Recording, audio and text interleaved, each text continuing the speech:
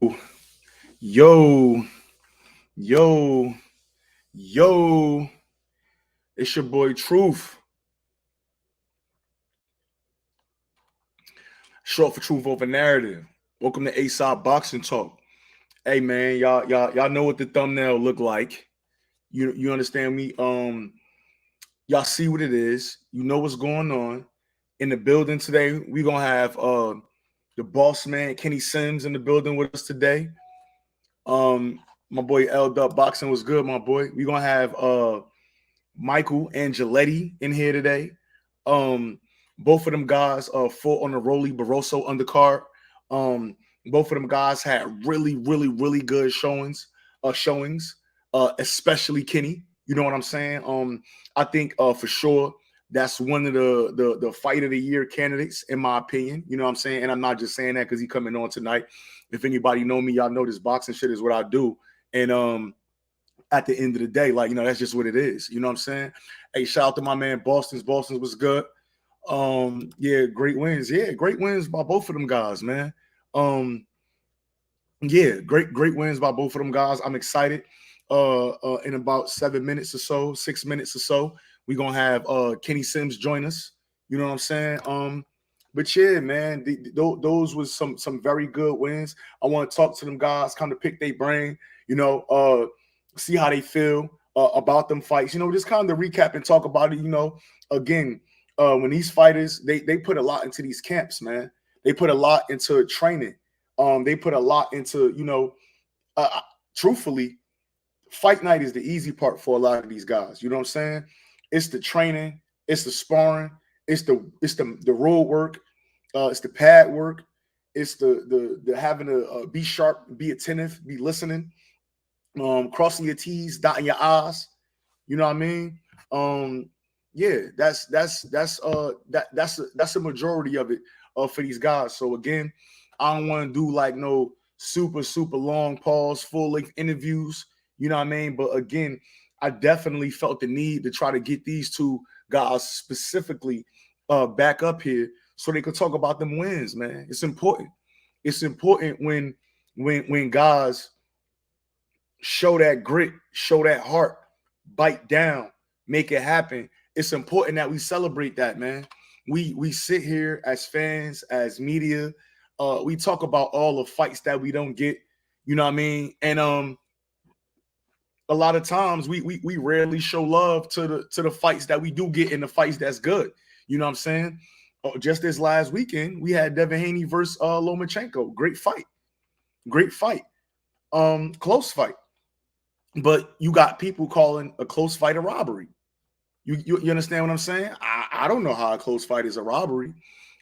Some people saying, hey, I could see 7-5, but 8-4 is outrageous. How? When 8-4 is only one round off 7-5. Y'all gotta do the math. You gotta make the math. You know what I'm saying? And what's the old adage? You gotta beat the champ. So even talking about a close fight for undisputed, nah, you gotta beat the champ. Close fight. I think Devin Haney, shit, you asked me after round 9, the fight was over unless Lomachenko got a knockout. I think Devin Haney banked shit a lot of them rounds in the early part of that fight, but we'll talk about that afterwards, man. We'll definitely talk about that after. My man Boston said we get in fights we ask for. That's a fact. That's a fact. Ain't no complaining. I don't want to hear no bitching. I don't want to hear no moaning. Y'all know the vibes, man. Again, welcome to A-Side Boxing. Y'all over here fucking with your boy Truth. You know what I mean? And the reason why y'all rocking with me is because Most motherfuckers don't know shit about boxing. that's a fact, man. Most motherfuckers don't know nothing about this sport, man. Again, I'm a student of this, man. I study this. I ain't new to this. I'm true to this, man. And that's what we doing over here on A-Side Boxing Talk, man. You get what I'm saying? Again, like I said, we got um, Kenneth Sims, the boss man, coming on in a couple minutes. Get ready to reach out to him now. But yeah, man, good. Listen, great news. Y'all know. Let me see. The theme song. Hey, my man Joe Santana was good, bro. I appreciate that. So the theme song to the channel, man. the theme song to the channel. Because again, like I said, on this side, we always do the knowledge, nigga. You know what I mean? We not over here. Again, I'm one of them guys in particular. I don't like to talk about shit I don't know about. You feel me? So we always doing the knowledge. We always studying these guys. We always studying these fights. We always making sure we focused up. So we speak intelligently. You know what I mean? We not here to blow smoke. We ain't here to let me see. We not here to blow smoke. You know what I'm saying? We ain't here to, you know what I mean, do all of the other weird shit, man. We doing what we doing. You know what I'm saying? Yeah. At the end of the day, like, you know, that is what it is. Facts. Boston July is stacked, man. It's about to get real dark outside, man. And I got a trip to Vegas to plan. You know what I mean? For sure. I got a trip to Vegas to I got a trip to Las Vegas to plan. That's a fact. You know what I mean? I gotta make that pilgrimage, man. You know what I'm saying? You know, the Muslims, they make their pilgrimage to Mecca. You got Spence Crawford, both guys, you know, in and around my age. One guy a year younger than me, one guy maybe a year older than me. You know, that'll give you a range of my age, you know what I mean, 34. But at the end of the day, this my Hagler Hearns. You know what I'm saying? This is my big fight.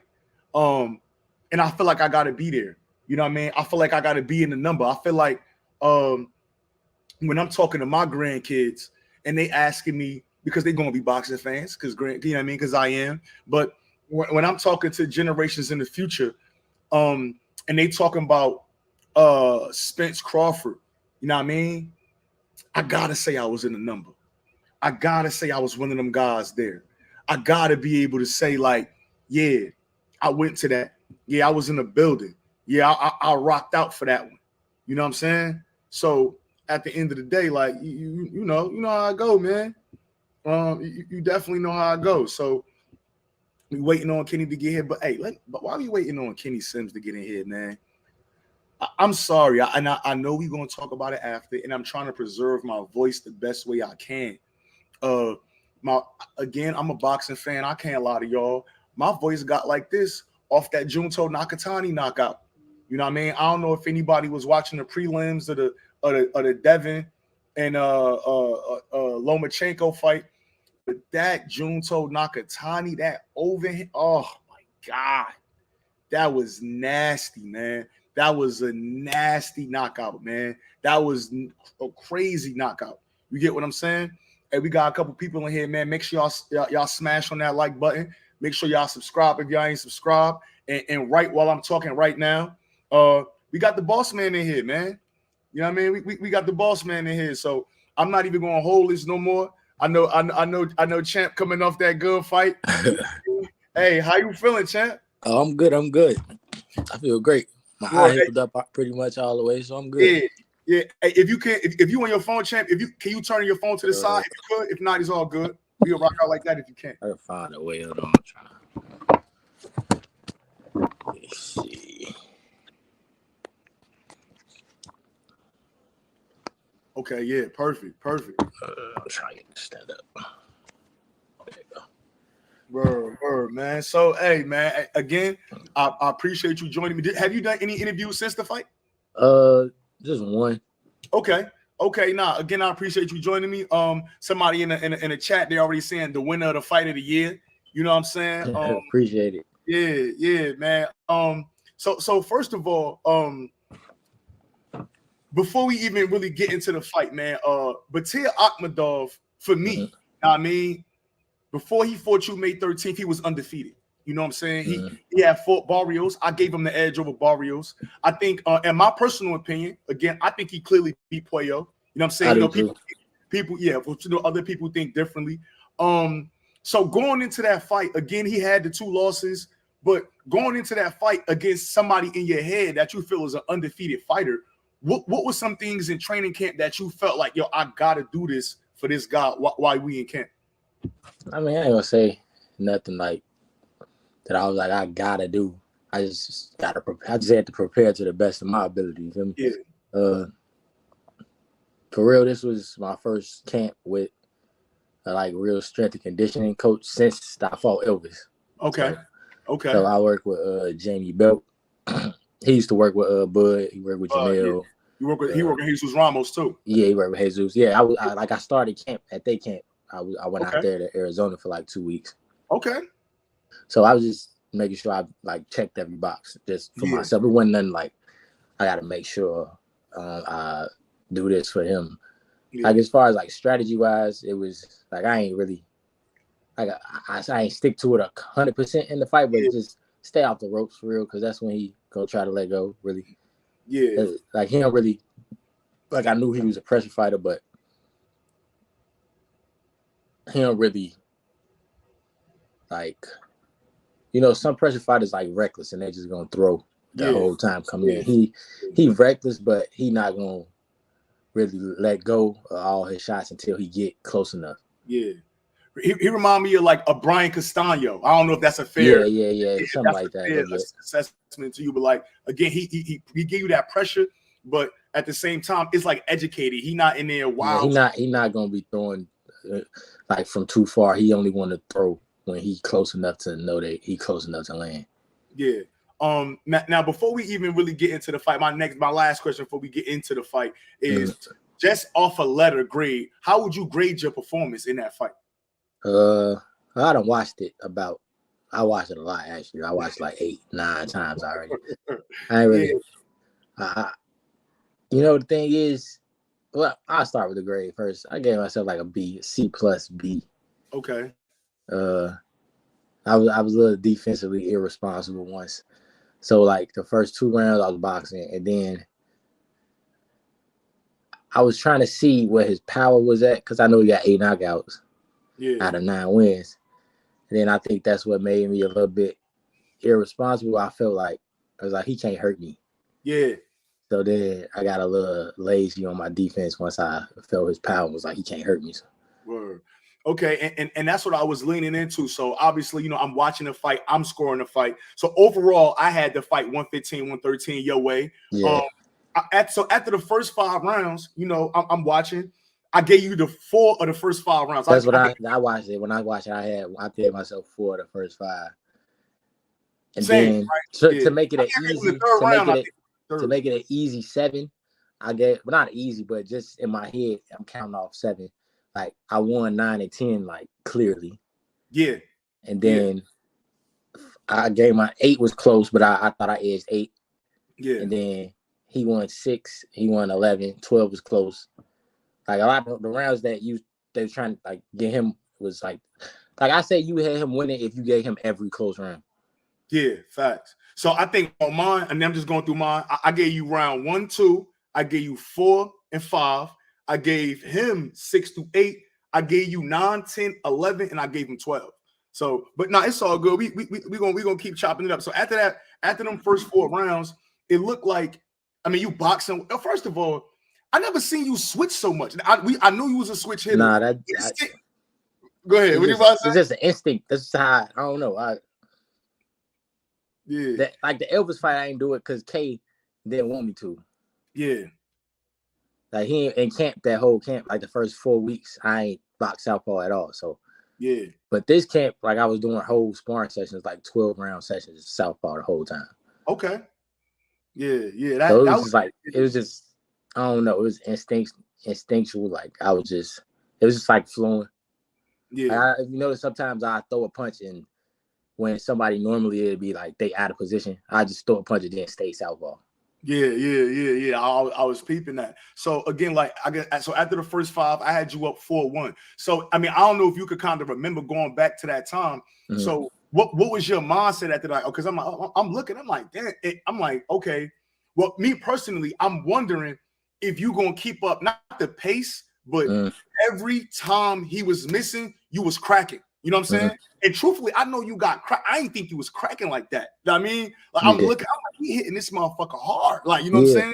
Like he throwing punches and you ripping them off. Now, again, one thing, I'm good on my homework too. But I didn't realize until going into that fight that you hadn't been past 8 before. Oh yeah. You know what I'm saying? So now they mentioned that, and I'm like, damn, like 5 rounds in the books. I got you 4-1. Like, I'm like, okay, Kenny really throwing them shits. Like, so in my mind, I'm like, damn, is he going gas a little bit? Is he going? I tell you, those middle rounds, it wasn't even that I was tired. It was just like but that's his style. That's what he do. It's mentally, it's like annoying. It was just annoying. Yeah, like you said, I was hitting him hard, and he just like his punch is not even hard. He just like still tapped me. So I was kind of annoyed. Like I wasn't tired, but I was like, it was a little mentally taxing just because like, damn, what I got to do to bag him up. And then 8, I seen like I touched him a little bit. He bagged up a little bit at 8. I ain't really hurt him at 8, but I seen he felt the punch. Then 9, when I like stacked him, that's when I got like I was juiced up. I was like, yeah, all right, I'm good.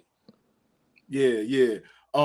So my man L Dub, I don't know if you know my man L Dub Boxing. You know he heavy on the Twitter. He said, I asked you, has the WBA reached out to you about your status with them? It's kind of messy with them. Nah, they haven't reached out to them. We reached out to them though. So we've been on the phone with trying to figure everything out, but we've been in contact already. Okay. Now, it's funny that you said, because now I'm gonna pivot a little bit because he asked me to pivot off that question. Now, the last time I had you on, it was a minute ago, it was last year. We talked about your contract situation, and I know you say, "Hey, I got something coming up. I gotta be quiet about that." We see the news come out. You had a 3-fight deal, if I'm not mistaken. You had signed like a 3-fight deal. Now we seen you fight on the Bally sports card. Mm-hmm. Seeing you fight on the off TV undercard, and obviously just had your last fight with Akhmadov as the opener. So what's kind of the situation right now? Are you going to re-up? Like, nah. That the one with Akhmadov was the first fight of a new with PBC. So okay. Yeah, that December fight was the last one of that 3 fight. Oh, okay. So you with PBC now? Yeah. Okay. All right. Nah. That's dope. I because again, I know how it goes sometimes when guys don't do certain things, certain opportunities don't. You know better than me. I already know.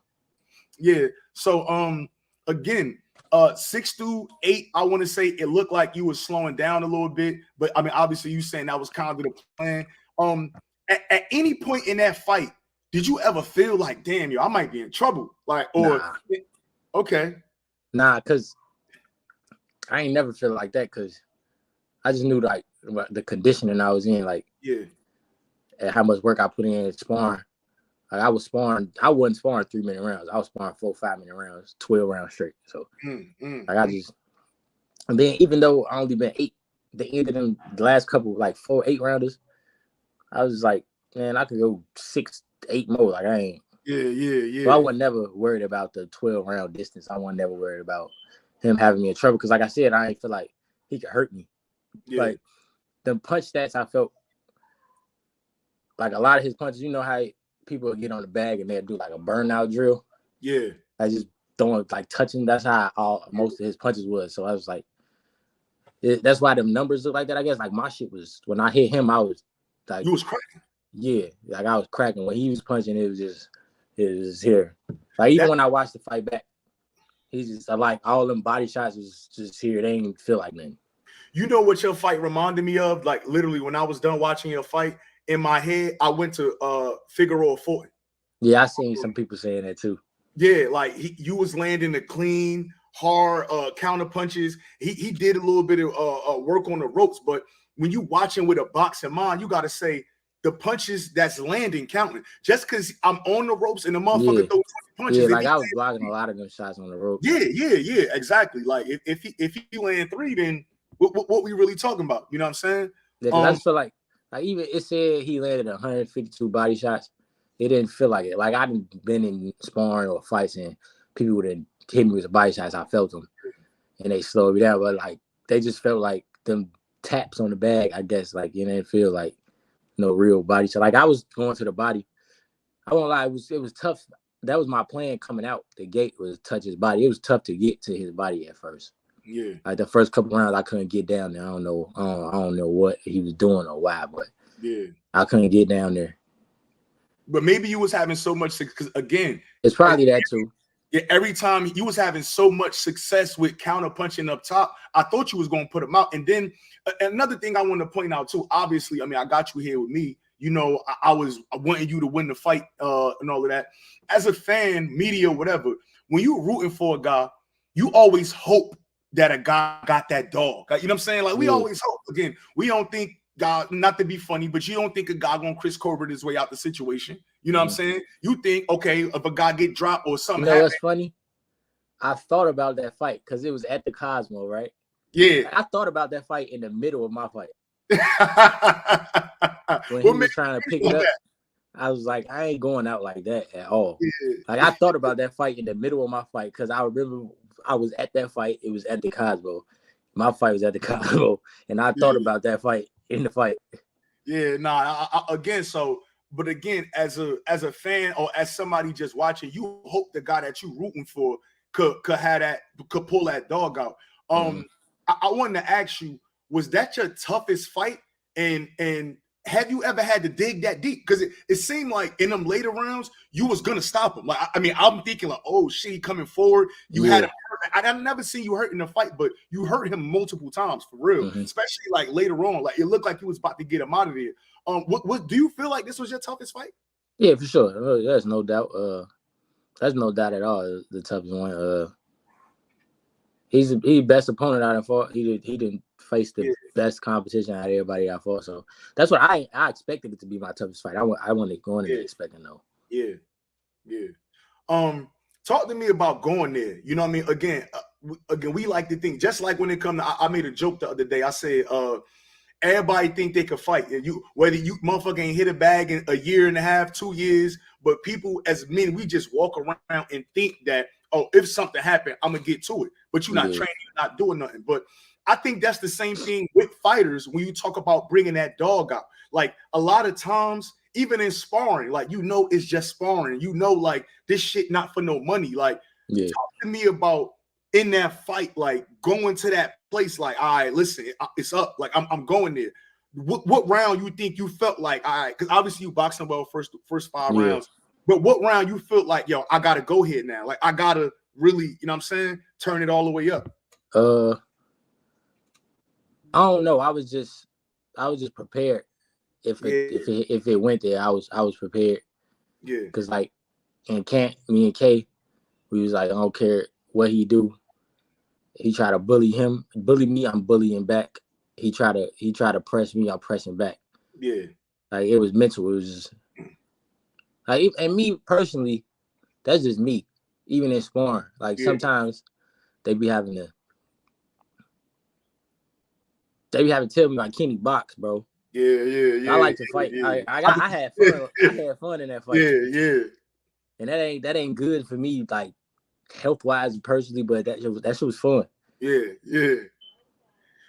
Do you feel like you could improve anything after that fight? Like, oh yeah, I was, like I said, once I felt his shots and I felt he couldn't hurt me, I got lazy on defense. Like, defensively, I got lazy. Like, a lot of them shots I got hit with, I wasn't supposed to get touched with. I wasn't supposed to get touched with at all. So it's just, I gotta go back, sharpen up my defense. Like, my defense good. All my other fights, my defense be sharp. So I just gotta get back in there, sharpen my defense back up. There's a lot of stuff I can improve on though.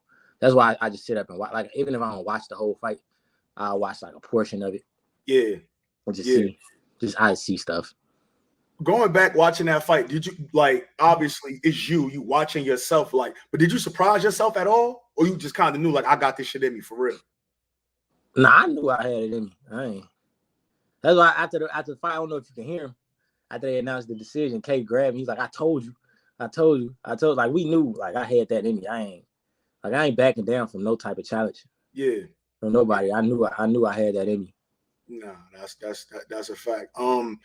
So speaking of after the fight, you made a comment and you said, I ain't supposed to be here. They said I ain't supposed to be here. Why you feel like that? What made you say that at that moment? You know what I'm saying? I just felt like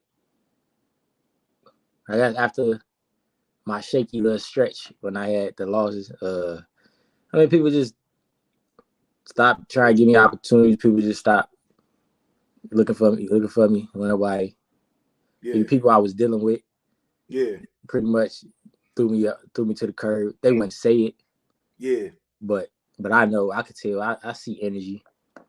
I know, I can feel people energy changing, It's just like a lot of people changed up, and them people weren't expecting me to get where I'm at now. Them people weren't expecting me to be there. Yeah. I know that phone was blowing up, and I know them followers went up after that. People hit me. I mean, I expected that. It was a big fight. That's what I was saying. That's what I've been waiting on.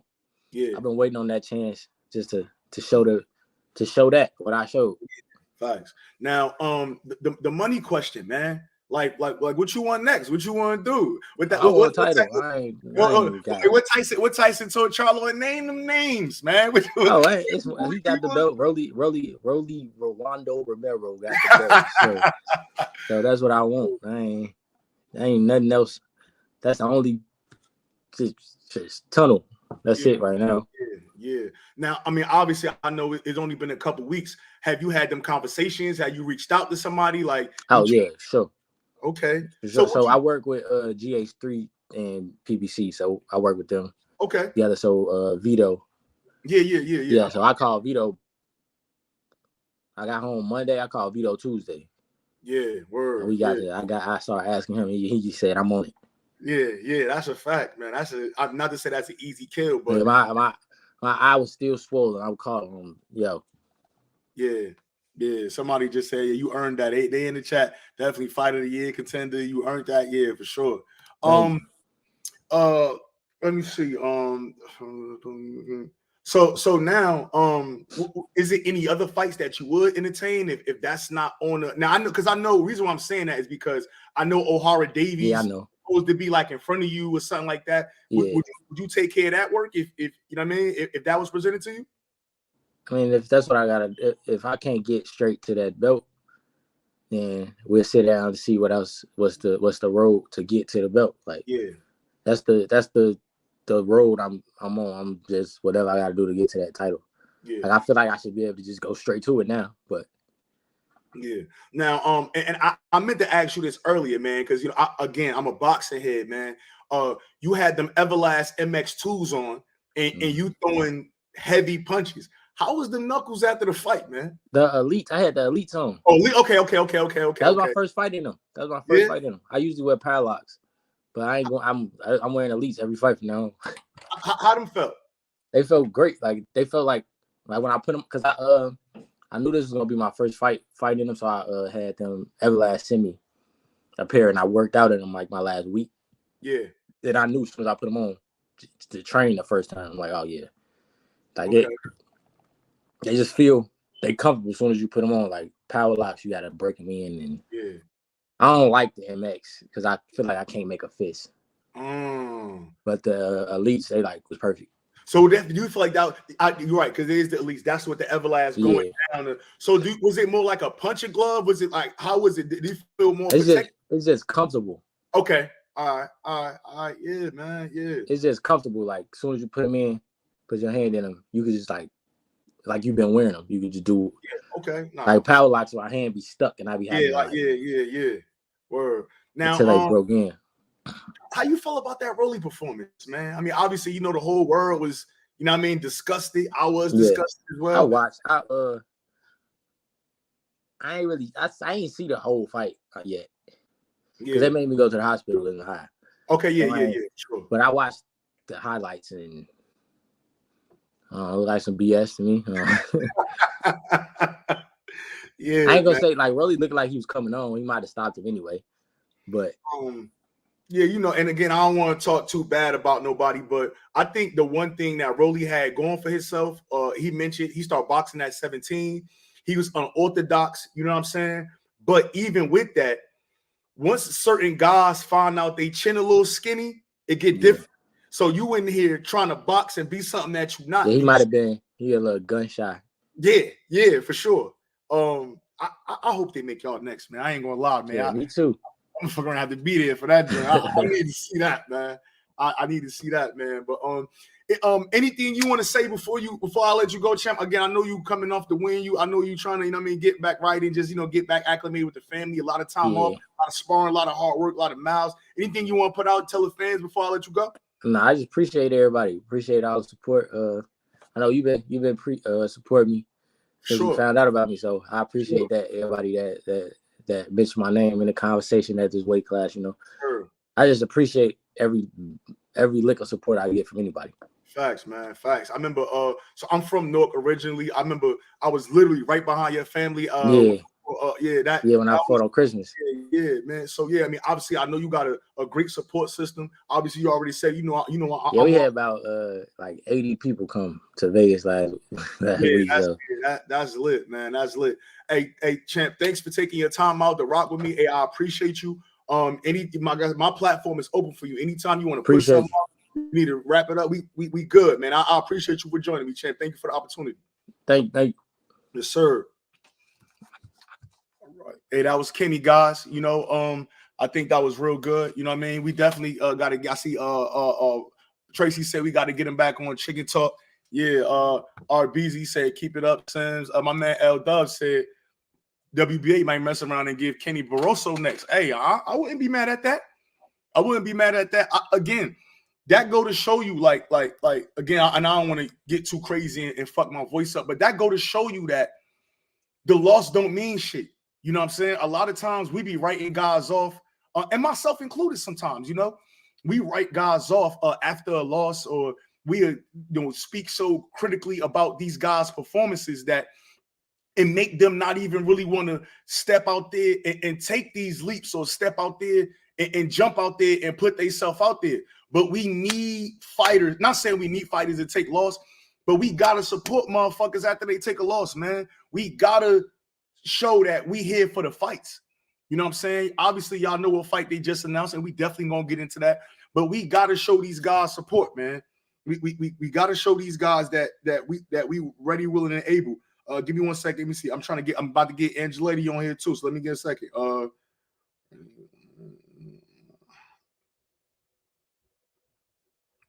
Yeah, but we got to show that support, man.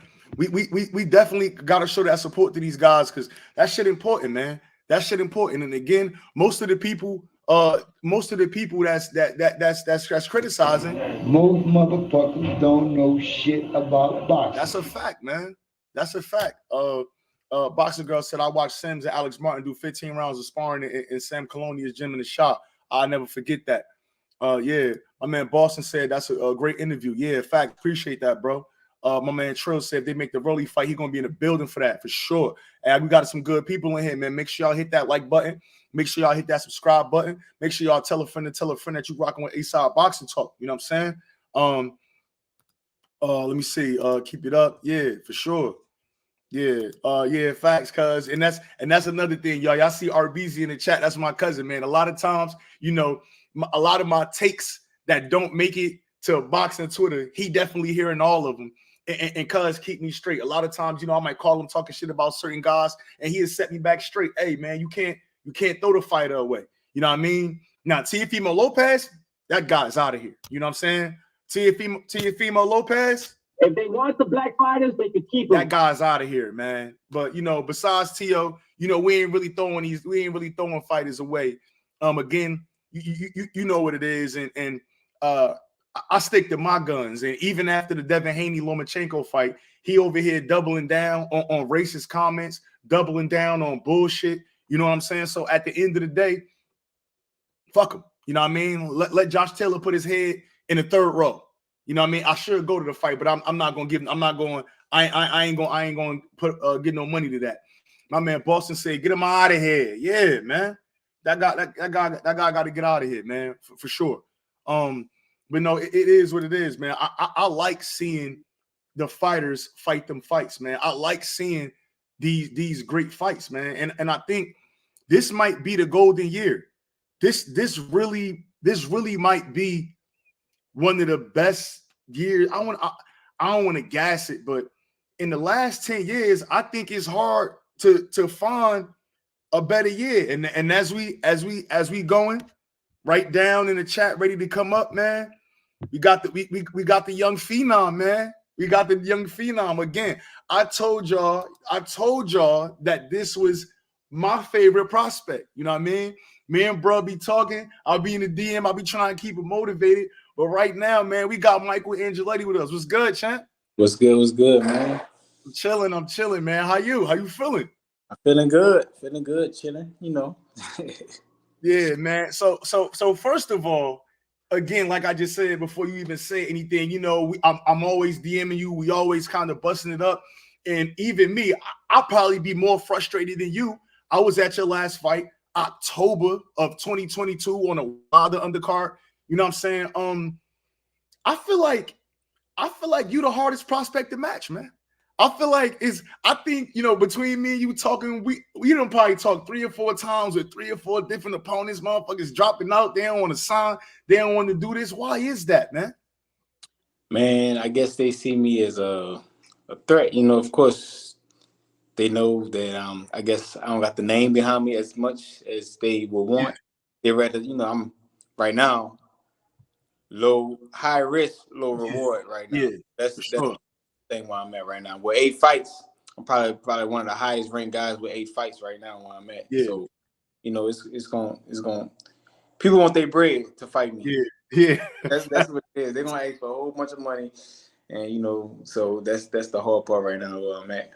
Facts. Now, coming off that Michelle Banquez, I don't know how to say his first name, but coming off that Banquez fight, like how you feel, like how you grade your performance in that fight? Man, to be honest, I give myself a C plus because I could have did better things. Okay. But I did do a lot of good things. Yeah, for sure. Sure. Critiquing myself, I'm my hardest critic. I'm always give myself. Obviously, I could do better. You know what I'm saying? Yeah. But dude was tough, as in he could take a lot of hits because I was hit a whole bunch of shit. And he kept coming, but he was there. He didn't allow me to box like I wanted to. I wanted to stay on and keep my range. He didn't allow me to. So when I saw that he didn't allow me to box, I was like, all right, do this on the inside. You about to eat a whole lot of punches, a lot of these shots, but I'm still shot. So I'm comfortable on the outside and on the inside. So it's gonna be a lot of people probably ducking me. They're like, oh damn, this nigga fighting the inside. Yeah. And that's what I wanted to get to. Like, dude was rough. Like, he was rough. He had a rugged style. Now personally, again, like, you know, I'm watching it with a boxing mind. So in my mind, I'm cheering you on. I'm watching. I'm like, damn, bro, just take a step back. You know, maybe frame bro off, try to establish a jab, but he kept coming forward. So you made that decision to say, all right, well, if this is what you want to do, this what we're gonna do. Now, was that a decision that the corner was okay with? Because obviously we couldn't hit the corner. Was they trying to tell you to stay on your jab and kind of control it more? Or was they like, fuck it, you having success, we just gonna rock out like this? That's exactly what happened. We're gonna rock out like this. Like, because my people know me. They know that I can fight inside. So tripping on that. Like, my first option is box, you know, slow pace. You know, that's what I do. That's what I'm sure my sharpest. But if we gotta get rough and rugged, we could do that too. And it was comfortable with that. So they really didn't say much. It was like, okay, that's what we're doing. Hey, make sure when you enter, you moving and you rolling and your hands up at certain points. Don't catch too many punches. Come back with something. And so my people was cool with it. Yeah. Now, when you started to fight his fight, obviously we all know that you come in with a game plan. Every smart fighter comes in with a game plan. But when you decided that you was gonna fight his fight, did you say like, all right, well, fuck it, we're gonna fight this fight? Or it's like, all right, you want to fight like this? Now I'm gonna dominate you. You know what I'm saying? Like, was that kind of in your mind like that? In my mind was to box. Yeah. After the first minute, or the first round, I boxed. Good. I didn't even we didn't really get too close. Second came out real hard. And in my mind, I was like, okay, if this is what you want to do, we could do that too. Like, I was okay with either way. Like, it don't matter to me, but I like to fight the inside. Like, I'm boxing out of Texas, like, I'm gonna get a lot of Hispanic, Mexican fighters that fight that way anyway. So that's what I've been doing. This was nothing new to me. And I knew we already watched him. We saw his style. We was like, he gonna come. He gonna try to come. We gonna try to box him. Yeah. But coming like that, and then we can stay there too. So we had a game plan for either way. We was ready. Sure. Now this is more of a higher level boxing question. So obviously, I'm watching you doing your thing on the inside.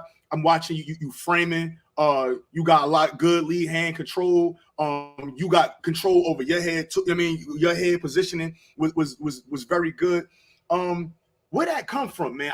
I know a lot of guys, like, when I see a fighter do that, that let me know that you got a lot of rounds in, because a lot of fighters, and I think, I mean, I've seen a lot of your fights, probably all of them that you could watch. I done seen, but I just felt like you really showed something different, and you showed that not only is you one of the top prospects, I think that's a certain part of your fight game that's on the next level.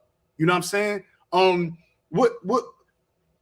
What kind of thing? What y'all be doing down there in Texas, man? For real, man. I'm a student of the game, so I watch guys when it comes to inside work and outside work. You know, so I watch, you know, like Andre Walsh, of course, Stevenson do a lot of. Roberto Duran, he got a lot of slick inside stuff nobody really talks about. I'm a real student of the game. Like when I play football, we watch film and we broke it down in so many different ways. And I took it to my boxing, I break boxing down in so many different ways. Slow it down, watch it again, watch it in fast pace, watch it in slow pace, just seeing how you break it down from round 1 all the way to round 12, you know. So and we realistic with the mid work. Okay. Real realistic. Like we are damn near spawned in there with my mid work. Okay. So you ain't doing the Montana Love special? Nah, I mean we get pretty like that too sometimes, but when we game planning and we really break opponents down, we doing some realistic shit in there. Yeah. Okay. Now most fighters, especially fighters early on in their career or the trainer, they'll say, you know, going into the last round, which was the 8th round for you, they'll say, listen, man, you up 7 rounds right now. Let's just box. Let's just get up out of here. Let's get this decision. But you ain't do that. You stepped on the gas. You put your foot on his neck, and you got him up out of there. Talk to me about the mindset going into that last round and saying like, nah, I'm not about to just box this guy. I'm about to get him out of here. Like, talk to me about that mindset. I'm gonna be straight up with you. In my mindset going into the 8th round, I was like, I know my wife, my kids, they watching it. I'm really thinking of it. I was like, man, this dude, he been fighting me real close. I know my people don't know boxing like that. Yeah. So I'm like, man, let me go ahead and let me put my foot on the gas. Let's not do, you know what they say, like box, you win in a fight, just box, move around. Yeah. But anyways, when I try to do that the first 20 seconds, I was trying to box and stay clean and stay pretty. He got up on me the first 20 seconds. We got real close. He wouldn't let me box. So then I just started sitting on punches. I heard him so many times in the fight. Yeah, for sure. I saw another. He kept like breathing for air real hard. He did that again. I was like, let me step on it. Let's keep this knockout streak going. So I really had to start throwing bombs. I noticed it was. I can't remember now. I'm trying to think back, but I don't know if it was the left to the body. But it's like every time it got to a point where he was almost fighting you like this because he didn't even want to lift that arm up. I thought you might have broke a rib because it just the way he was fighting. Was that the plan, kind of to go to the body, or once you kind of found success, you like, yo, I'm gonna keep nailing him with this? Man, I just go to the body, and when I go to the body, it hurt.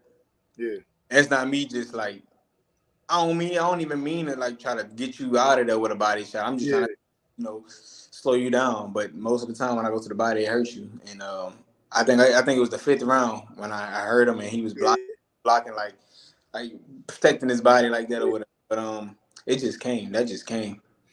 Now after, I'm not sure how many times you watched the fight since you seen it. Was it anything that you learned from the fight afterwards? Anything that you want to switch up? You know what I'm saying? You gave yourself a C. So anything that you kind of want to maybe do different the next time out? Oh, definitely. I'm gonna do a lot of. I ain't gonna say a lot. There's a lot of things in the inside that I could have. I guess what's the word for it? I could have took advantage of. Yeah. Because that's mainly what we fought in the inside. So there's a couple of things that I thought I could have took advantage of that I didn't. So definitely gonna be having that in the works right now. Yeah. Now, it's already May. Like, you know, obviously that was your first fight of the year. You can only fight when the other guys on the contract. How many more times do you think you're going to be in, you know, before the year is out? The plan is 3. Okay. At least. But I know for sure with people falling out, I should at least get 2. Yeah. I'm gonna keep beating that drum too. That shit, like, you know, I hit you up one, you like, y'all got something. Like, nope, I'm falling off. Dang, like that's rough, man. That's definitely rough. Now with that fight, like, dude was 20-3 before you stopped him, 14 knockouts. For me, a fight like that, and he had some decent wins on his resume too. Like, it just wasn't no bum bash on his resume. To me, a fight like that makes you a contender, and if not, you right there. Do you consider yourself a contender now? Gotta be, man. I'm ready for. I want the top guys now if we can. You know, I think we be looking for a 10-round fight this next one, and then we gonna shoot our shot. So that's the plan. That's what me and my team talked about. Me and my management talked about. So that's the plan. Okay.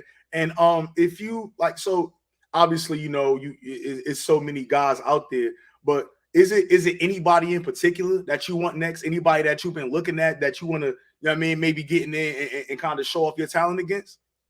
Not really no name, but I just want anybody that's ranked higher than me. I'm trying to get it. I'm just need anybody who ranked high. It don't matter who it is. I want them all. It don't matter. Anybody 18, that's what I'm campaigning at. Anybody 18, that's what I want. Yeah, nah, for sure. And that's another thing too. So that was a great win at 118. Again, you know, we talked before, and sometimes you have problems getting fights down there at 18. Are you really strictly trying to stay at 18 now, or if they present you some fights at 22, will you be willing to take those fights as well? If I have to, I would, but that's what I want to do. I want to do 18. That's what I came out the amateurs wanting to do, and I had my first 7 fights is all at 122. Now I was saying, all right, now it's time to do what I want to do. Now this is what I want to do. I want to do 118, and you know, I've been fighting the bigger guy. I've been the smaller guy on paper. You know, coming out the amateurs, I'm been trying to fight at 18, but never had the opportunity. So now, that's the plan, to stay at 18 and do my thing at 18 and let the opportunity. If I wasn't mistaken, did you have power locks or was those MX2s? That was the MX, just regular MX Everlast, the first one. Okay. Yo, and I know them is puncher gloves. I think them the horsehair, if I'm not mistaken. You was landing some shots, bro. How was your hands feeling afterwards? I was solid. I ain't never hurt my hand. I was solid. Okay. I hurt my hand in them gloves. My very first pro fight, I hurt my hand. Okay. For this one, I was straight. I was good. I think my first fight, my guy who wrapped my hands probably did it a little small. Yeah. Both all tore up. But we got it right this time. Okay, nah, man, that's official, man. Hey, I appreciate you for joining me, Champ. And before I let you go, is there anything you want to tell the fans? Anything you want to put out? You know, we rock with you over here. Oh yeah, man. Next fight's supposed to be end of July, early August. So that's the plan for right now. You can follow me on Instagram, team_Angeletti. On Twitter a little bit too, Angeletti_1, man. Yeah, hey man, you got to be on that Spence on the card, bro. Hey, that'll be fine. Yeah, that's you say end of July. They say July 29th, man. And if so, what you say it again? They say end of July, so hopefully it's that one. That'd be fire. Yeah, and if so, I'll see you in Vegas, Champ. Man, I appreciate you for joining me, bro. For sure. Yes, sir. Yes, sir.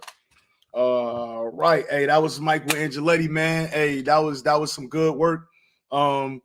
She say good plan. I really like this young man. He shows his mental. Yeah, man. Hey, bro, fire, man. Bro, definitely fire. Let me see. Let me see. So yeah, bro, definitely fire. Say end of July. You know what card that is for sure, man. Nah, hey, Angeletti is the truth. Right now, I'm gonna go ahead. I'm gonna drop the give me a second. I'm gonna drop the link to the chat. Anybody want to come up? You know, it's a lot of business to talk about. You know what I'm saying? It's a lot of business to talk about, man. Yeah, Boxer Girl said best of luck to him. See, my man Boston said, love how this card is the card that shall not be named. You know what I mean? Trill said big card in August too. Which I got something going on in Texas, Trill. Trill said big card in August, man. Talk to me, man. Talk to me. What's going on in a big card in August? It's my man Trill. Yeah. Hey, so like I said, I just dropped the link in the chat. Anybody that want to come up, chop it up with me, bust it up with me. Come on, I'm gonna be on here for a little bit more longer. And yeah, man. First of all, before we get into any business, I want to talk about something, man. Vasily Lomachenko, well, Devin the Dream Haney versus Vasily Lomachenko. You got people screaming robbery. Now, a good friend of mine, Mike Fox, also, you know, he's here in the state of Maryland. One of my good guys that I really rock with. You know, we got a personal relationship, pause. You know what I'm saying? That was a robbery. That was a robbery. No question, no hands down. When you think of the word robbery, that's exactly what that was. Let me see. My man Trill said, I hope in Texas, but just know God's is gearing up for August. And I hope it is. Hopefully the Charlo brothers could, you know what I mean, make something happen. You know what I mean? Maul come back, even though Maul should have been stripped like Magic City, but it's okay. You know what I'm saying? It is what it is. We here now. I ain't gonna cry over spilled milk, but you know what it is, what it is. But my man Boston said, thank you for putting the A-side. Hey, that's why we A-side boxing talk. We got to get it right. So my man Mike Fox, that was a robbery. You know what I'm saying? Personally, I had to fight 8-4. I could see 7-5 Devin Haney. I didn't see a draw. People that know me know I'm not even like no big Devin Haney fan. I scored a fight as to what I see. Now, yes, before the fight, I'm saying stop it. You know, I'm popping my shit. But I didn't think Devin Haney was going to stop him. Like I said, I'm popping my shit. You know what I'm saying? But if I say 8-4 and you say 7-5, when you do the math, that's one round apart. That's literally, it's only one round. Now, you know, somebody might say, well, you gave every swing round to Devin Haney. I give rounds to the fighter that's fighting for 3 minutes. You cannot bullshit for half a round, 2/3 of a round, come back and put a flurry together, and then now we supposed to give you the round when this guy been fighting and being active for 2 minutes and 30 seconds. I don't rock with that. My man NWA said clear Devin Haney win. That's how I feel. Was it a close fight? Yes. If people said that fight was a draw, I'm not angry with you at all. But why is it that for certain guys, right? Why is it for certain guys? If they want the black fighters, they could keep them. Why is it for certain guys that a close fight got to be a robbery? Why is it for certain guys? If they want the black fighters, they could keep them. A 7-5 fight need to be overturned. Like, I don't get it. I don't understand it. I don't understand it. He said that's how Pac beat Thurman. Okay, I'm gonna give you that, cuz. But also, Pacquiao dropped Keith Thurman in the first round. Keith Thurman fought well late, but it was multiple times in that fight where Keith Thurman was visibly hurt, spitting the mouthpiece out, damn near running across the ring. In that 10th and 11th round, in the 10th and 11th round, Devin Haney was in trouble, bro. We watching the fight. His dad don't got the answers no more. This guy's in trouble. I gave Devin Haney really a majority of the early rounds, similar to the Tio fight. I gave Devin Haney a majority of those early rounds. But 10th and 11th, Devin Haney ain't doing well, right? 12th round, that motherfucker come out and bite down. 12th round, Lomachenko looked like he's out of gas. Devin Haney finished strong and win the 12th round clearly. Devin Haney finished strong, won the 12th round, in my opinion, clearly. No time in that fight did Devin Haney get on wobbly legs and look like he was getting ready to go out with one more punch. He looked like he was in trouble. He got his ass kicked in 10 and 11 for sure. For sure. I'm not arguing with nobody. And I even go a step further and say the best 2 rounds in that fight was Lomachenko 10th and Lomachenko 11th. Those were the best 2 rounds of the whole entire fight. But those were still 10-9 rounds, and it's only 2 rounds. You get what I'm saying? A fighter could eke by rounds, and then the other fighter have a dominant round. 10-9 is 10-9 is 10-9 is 10-9. I don't think I don't think that Loma did it. I mean, granted, it was a great fight, very close fight. But the word that's bothering me is robbery. How? Robbery. How the fuck you rob somebody of something that they don't have? How can I take something from you that you don't own? If anything, you going in there to beat the champ. This is Lomachenko's third opportunity, bro. Lomachenko did the same thing in the Teofimo Lopez fight. He didn't finish the 12th round. Lomachenko problem is he 34, 35 years old. He was in the amateurs at 24, 25 years old. He was beating up 16-year-olds in the amateurs. He decided to become pro all late. And now he at the tail end with 20 fights in. That's not Devin Haney's problem, man. You got to finish a fight. Lomachenko said himself, I took the 12th round off. That's your fucking fault, bro. That's your fault. You take the 12th round off against a fighter that's the champion, a fighter that's the undisputed champion. You took the 12th round off against Teofimo Lopez. You gotta do the knowledge, nigga. You gotta do the knowledge. You know you gotta close out the fight against the champ. You cannot look, you can't be, I took the 12th round off. Come on. If Lomachenko finished that 12th round, that's either a draw or they might fuck around and give it to Loma.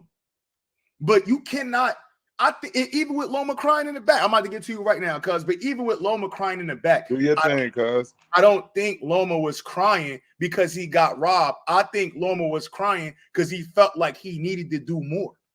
Because he felt like maybe I should have finished that 12th round. Maybe my father told me I was up and I really wasn't, but that was a close ass fight. And I just hate the word robbery. I could be wrong for having an 8-4 card. I could say that maybe I did maybe give all the swing rounds to Devin. But even if you take one of the Carl Moretti, who, by the way, Carl Moretti and Tim Cheatham, who have judged multiple Lomachenko fights and never have given a scorecard against Lomachenko. These the niggas that's cheaters? These the niggas, these the guys that I'm talking about that job Devin Haney, guys that scored multiple Loma cards and every single card they've been on, then went Loma way? Come on, man. Come on, bro. You gotta finish strong, bro. And you didn't do it, and that's why you was crying, bro. Your trainer gave you wrong advice. You should have tried to close out the fight like a boss, but you didn't have the gas. We got RBZ in the building. What's good, cuz? What's goody, cuz? I just think I want to start by saying you wild for saying you wild for saying Loma was crying because he ain't doing enough. You a wild boy, cuz. Oh man. Yeah, look, I can't even front. Yeah, that was funny to me, but the thing, my thing when we talked about this on the phone, cuz it was like you gave Devin Haney the all the swing rounds. Okay. Like the rounds that was tight or whatever, you gave them all to him.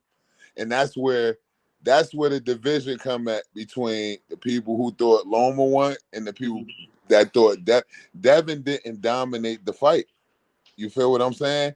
Those swing rounds is where the people who thought Loma won the fight, I was one of the people, you feel me? I don't think he smoked Devin Haney or nothing like that. I think Loma had the most dominant rounds in the fight against the champion. You feel what I'm saying? Yeah. And I thought he won a couple of those swing rounds. Mm-hmm. The people who picked Devin, who said Devin won the fight, I ain't got no problem with it, but y'all basically saying he won every swing round.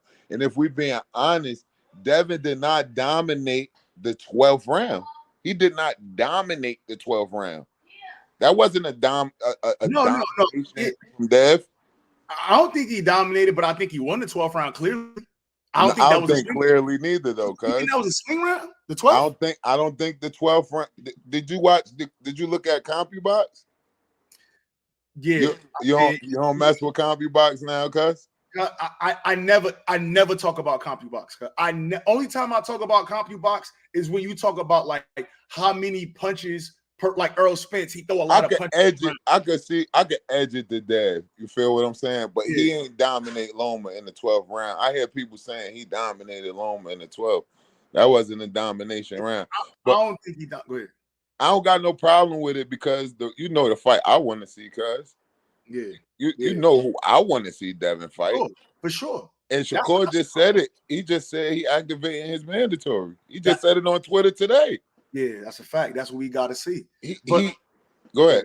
Now, I was just going to say, but even with that, like, I just feel like the general consensus is always you got to beat the champ.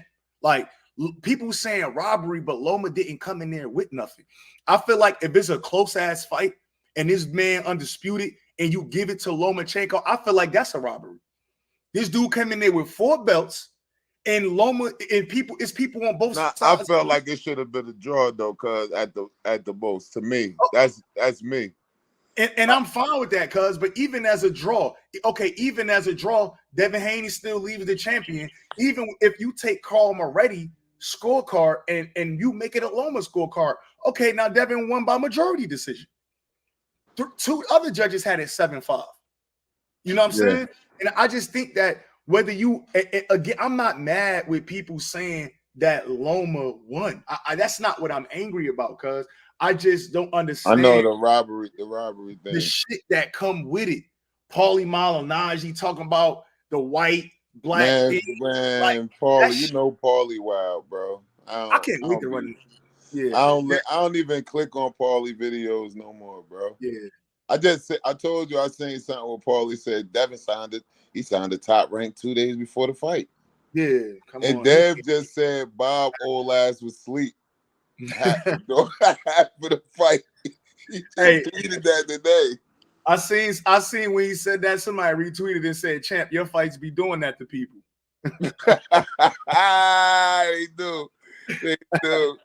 They do. I fell asleep on the JoJo Diaz joint. I was up, but I was sleepy. You know what I mean? Yeah. But I want to see Dev and Shakur got to put that full court press on them. Yeah. For that to happen. But yeah, what's up? Let's talk about this stuff that's supposed to be going on in July. You know the vibe. Now I see a lot of people picking Crawford because Spence been out the ring. They saying Spence been out the ring. Crawford been more steady in his Crawford fight one time a year too, with no injuries. That's a fact. No injuries, but is he on the same activity pace as Earl Spence with no injuries, no nothing. Mm-hmm. And Earl don't need to. He don't do those. Look at what he after the retina. He came back and used a world champion as a tune-up and broke him up. Facts. What else do we have to see after the car accident? He came in there and made Danny Garcia face look the worst that we ever seen anybody make him look. For sure. Like, what do we need to see this to know that Earl Spence don't need, like, he could take time off and come back still even stronger. The form he was in the Ugas fight was one of his best forms probably ever. Yeah, that was one. I think I still think his best performance was Lamont. No. Yeah, that was too. Like in me, when I saw now Lamont and Kell Brook, them was my number. You know, he dominated Algier. But either way, now I agree with you. I'm just saying with Ugas because he just came off of beating Pacquiao. He had a title. You feel me? He's known as the Southpaw Killer. You feel what I'm saying? Ugas was landing some nice shots, but it didn't matter. Like Spence's determination in that ring, if you can't hurt him, you have a problem on your hands. For sure. So what you feel, cuz, about like all this talk and all that? I think I'm happy to see it again. Like I told you, you know, that's for me. You know, we talked about that earlier. You know, I'm always trying to get you out, but we got to be in the building for that.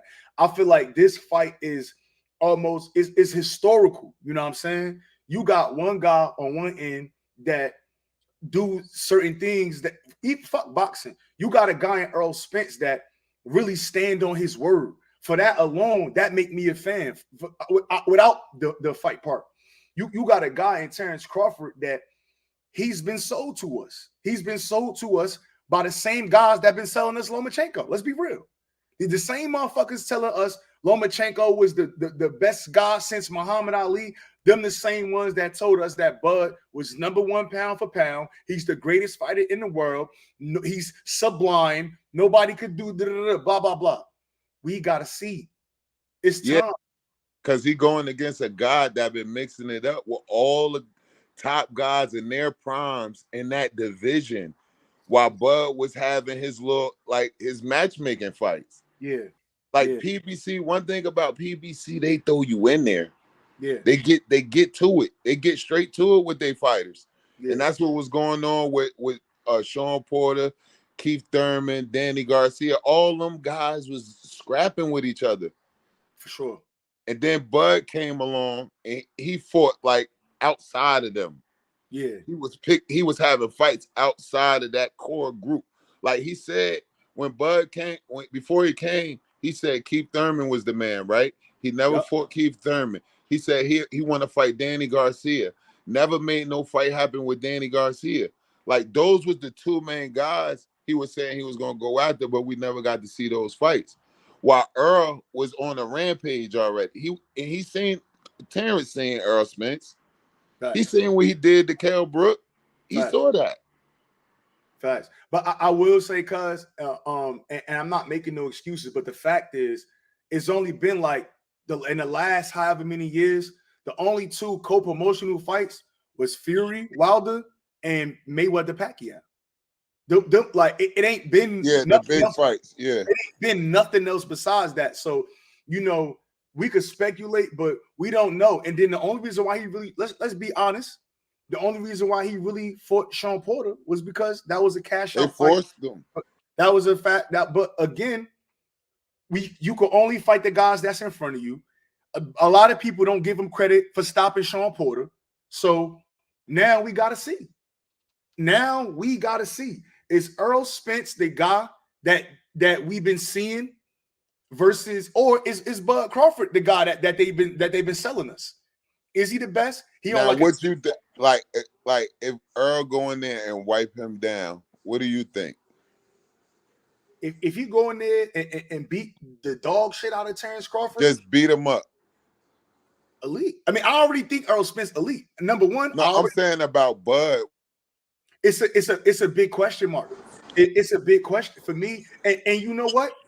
This is what I don't like, right? And I'm gonna tell you what's gonna happen. If Earl Spence because it's the fan bases. That's the problem. It's the fan bases. If Earl Spence go in here, cuz, and wipe Terrence Crawford down, you know what's gonna happen? They're gonna say Terrence Crawford was never that good. Look at his resume and look at who he fought. That's exactly what people are gonna say. If Terrence Crawford go in here and beat Earl Spence, he's gonna be the greatest welterweight because the fan bases. I don't think that's fair. I don't think that's fair. I believe that Terrence Crawford is one of the best fighters in the world. I also believe that Earl Spence is another one of the best fighters in the world. But the fan bases have made it to where if Earl beat Bud, they're gonna say, "Look, we knew Bud wasn't shit anyway." Yeah. But the Earl Spence fan base, they're gonna wait until he beat Bud, then they're gonna give Bud his props when they should have been giving Bud the respect on the front end. Yeah, that's true. If Terrence Crawford go in here and beat Earl Spence, this nigga is gonna be the best fighter ever. Not really, but that's how they gonna paint it. They're gonna say, "Oh, Earl was the boogeyman. He was on there on the PBC side. Look at the guys he ran through and how he ran through them, and then look, Crawford beat him." That's exactly how that shit gonna get painted, which is not fair to either fighter. That's a fact. But July 29th, we're gonna find out. That's a big fact. What's the word? They saw my boy Rito was good. The rest of the chat and panel, yeah, man. But that's the only thing I really don't like about the dynamic of this fight is one-sided. It's tailor-made for Errol Spence to not get the credit that he deserved if he win. He will be undisputed. He will have one of the best welterweight resumes, in a long time, in a fucking minute. He's going to be, I already think he's a Hall of Famer, but this is going to stamp his ticket to the Hall of Fame. But I think it's going to take a long time for people to come back. And the people that's going to have to eat their words is his fans, because they've been saying he ain't fight nobody. Oh, you was protected at Top Rank. So now he protected at Top Rank. If Earl wipe him down, that really don't mean much, right? Yeah. He was protected. That's what they said. But the Crawford fan base, they're gonna have to give him his credit. No. The Crawford fan base, but what I'm saying is Errol Spence fan base that been telling us. I think it's bad for Earl either way, because I hear Crawford fans saying that Earl aging him out, all this. They already putting stuff in the air, cuz. So how Earl aging him out, and I don't get that. I'm hearing these things. I feel you, yeah, but it's the fans and it's the fanatics. You know what I'm saying? That's crazy work, because if that's the case, they could say Bud trying to play the weight game with Errol Spence. You know what I'm saying? Oh, I'm gonna make him wait. I know he already need to move up. I know it's gonna be hard for him to keep the weight. It's gonna be, but know what I'm saying? So I don't know, man. I'm just glad that we finally here, man. And I hope these motherfuckers ain't doing it to sell no t-shirts, because Errol Spence be taxing for them shirts. I see he got a new one on the website. $70. That's crazy.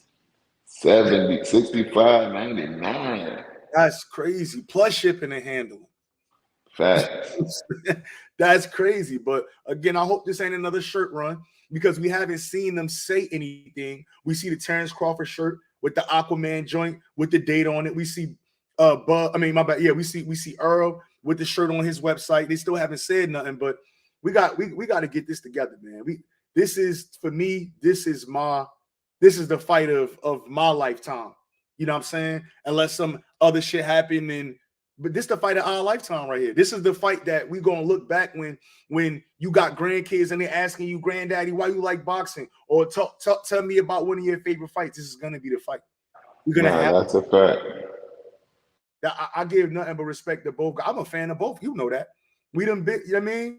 I went to Dallas. Know the shit. You know what I mean? I went to Dallas for the Ugas fight. I went to California for the Porter fight. You know what I'm saying? I'm a fan of both guys. I think this is I think this is fucking great for boxing. You know what I'm saying? So again, I don't know how this fight gonna go. I think it's a 50-50 fight. I'm edging Terrence Crawford right now, but I got some more film to watch. But this shit could go. One day I'm thinking Bud, next day I'm thinking Errol Spence. I'm not gonna lie. This is a 50-50 fight until they fight. Facts. But what I will say is I can't see this fight ending in a decision. That's at all. I don't see this fight in no way, shape, or form ending in a decision. There's no way. Ain't nobody watch nobody. Spencer Crawford, a man said the only thing I'm gonna say is Bud fans been shitting on our resume too. So I think it go both ways. Yeah. I mean, again, the fan bases is crazy, but this is what we need. We need two black fighters. Like, when I'm trying to even think, like, when the last time we done had, fuck just a fight, the last time we done had two black fighters like this really mix it up. I can't think of nothing off the top of my head. The last time we had two black fighters that's in I don't give a fuck what nobody say. Both of these guys in a prime. But to stop the last 10, Errol Spence showed us twice that he could come off injuries and pain and have career-defining performances. You're not about to tell me that these guys, who I know they both been training, they both been putting work in. You're not telling me that these guys is past. I don't want to hear it. Now, if the night come and one of them nut up and don't perform, that's different. No, you're not going to tell me these guys out their prime. I'm not hearing that. I'm not jacking that. No way. Nah, I'm not trying to hear that shit neither, bro. I ain't trying to hear it at all. Word. Like, this is a good time right here. This is good timing for them. Right. Like, all the build up, all the back and forth. I think the build up for the fight, when they get in that little presser, it's a lot of things gonna be said, bro. Yeah. Like, they have respect for each other as fighters, but they gonna turn it up. They gonna have to. they're gonna turn it up. You know Earl. You know when Earl get in his bag. And I think this is gonna be one of them, like how he was coming at Sean Porter. I think he about to be coming at Crawford this way. Like Crawford is gonna have to fight, bro. Yeah, for sure. It's gonna be Crawford usually controls the pace of the fight. Yeah. He controls the pace. So we never seen him like in the deep waters, like in the late rounds, like with a lot of his energy used. Because he don't know Crawford control pace. Facts. And Spence do too. But Spence do it with educated pressure. Mm-hmm. Go ahead. What you're saying? I was going to say, cuz like this is exactly what I use CompuBox for. Statistically, by the CompuBox or punch stat numbers, Terrence Crawford is the most, I guess you could say, inactive fighter on a round by round basis at welterweight. Statistically, Errol Spence is the most active. Errol Spence is one of the most active fighters in boxing when you talk about punches per round. Yeah. Not the in boxing. The whole sport. Because I'll tell you this: when you talk about the CompuBox, if you show me the CompuBox stats without no names on it, if I could see the punches per round, I'll tell you who won the fight. I think this fight is going to be strictly dominated by the person that dominate the pace. If Terrence Crawford could somehow make Errol Spence Jr. slow his rate down, I think he got a great chance to win this fight. If and vice Errol versa, could take the master boxer, right, the genius, the switch hitter, the number one pound for, if he could take Bud and speed that fight up and beat on his body, jab him up, all of that. We seen the eye about to close after the Kell Brook in the fourth round. The eye was getting couple rounds. His eye was swole up from the jab. But if he could do that, now we having a whole different conversation. I believe the fight is going to be won by the guy who dictate the pace. That's true. I believe that too. The fight going to be won by the person who dictate the pace. I believe that. Hey, Buzz, my man Rito said, I cop Earl last shirt, and he my nigga, but he got to up the quality, man. These ain't even Walmart level tees. Word. See, and I was thinking that. That's crazy you said, because I was about to get the shirt today, bro. I was about to get it. The joint with Earl shaking Bud hand through the door with his eyes peeking out. Bro said, hey, Lil, bro just said Earl got to up the quality. Those ain't even Walmart t-shirts.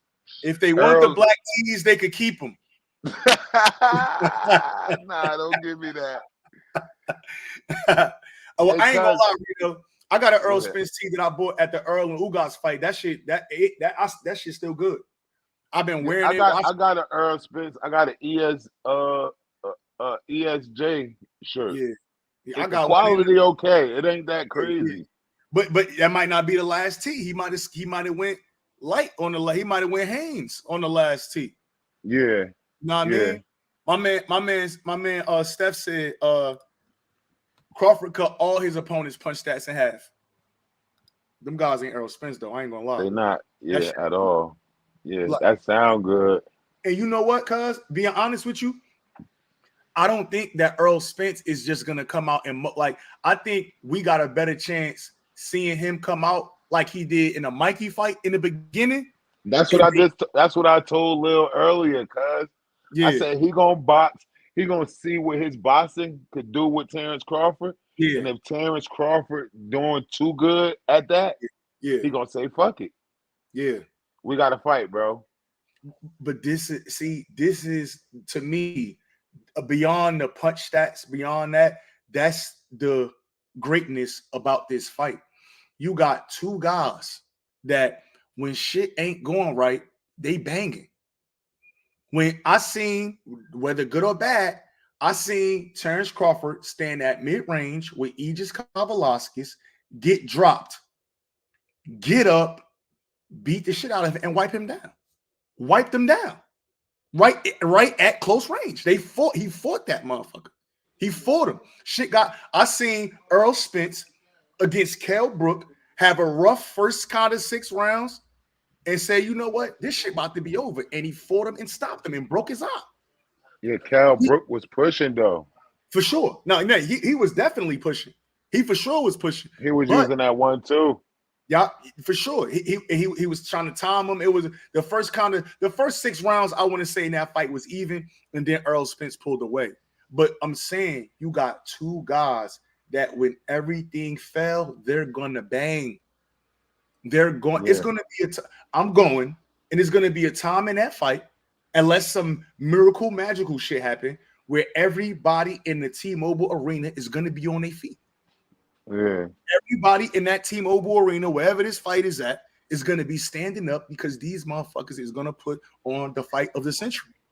I believe that. I just think all this waiting, like this patience of Errol Spence, how he been so patient and respectful of Bud, because it's like he ain't want to run him off. I feel like Earl was showing so much class because he didn't want to do nothing to like have Bud like, nah, fuck that, I ain't fighting this guy. Yeah, I ain't fighting him.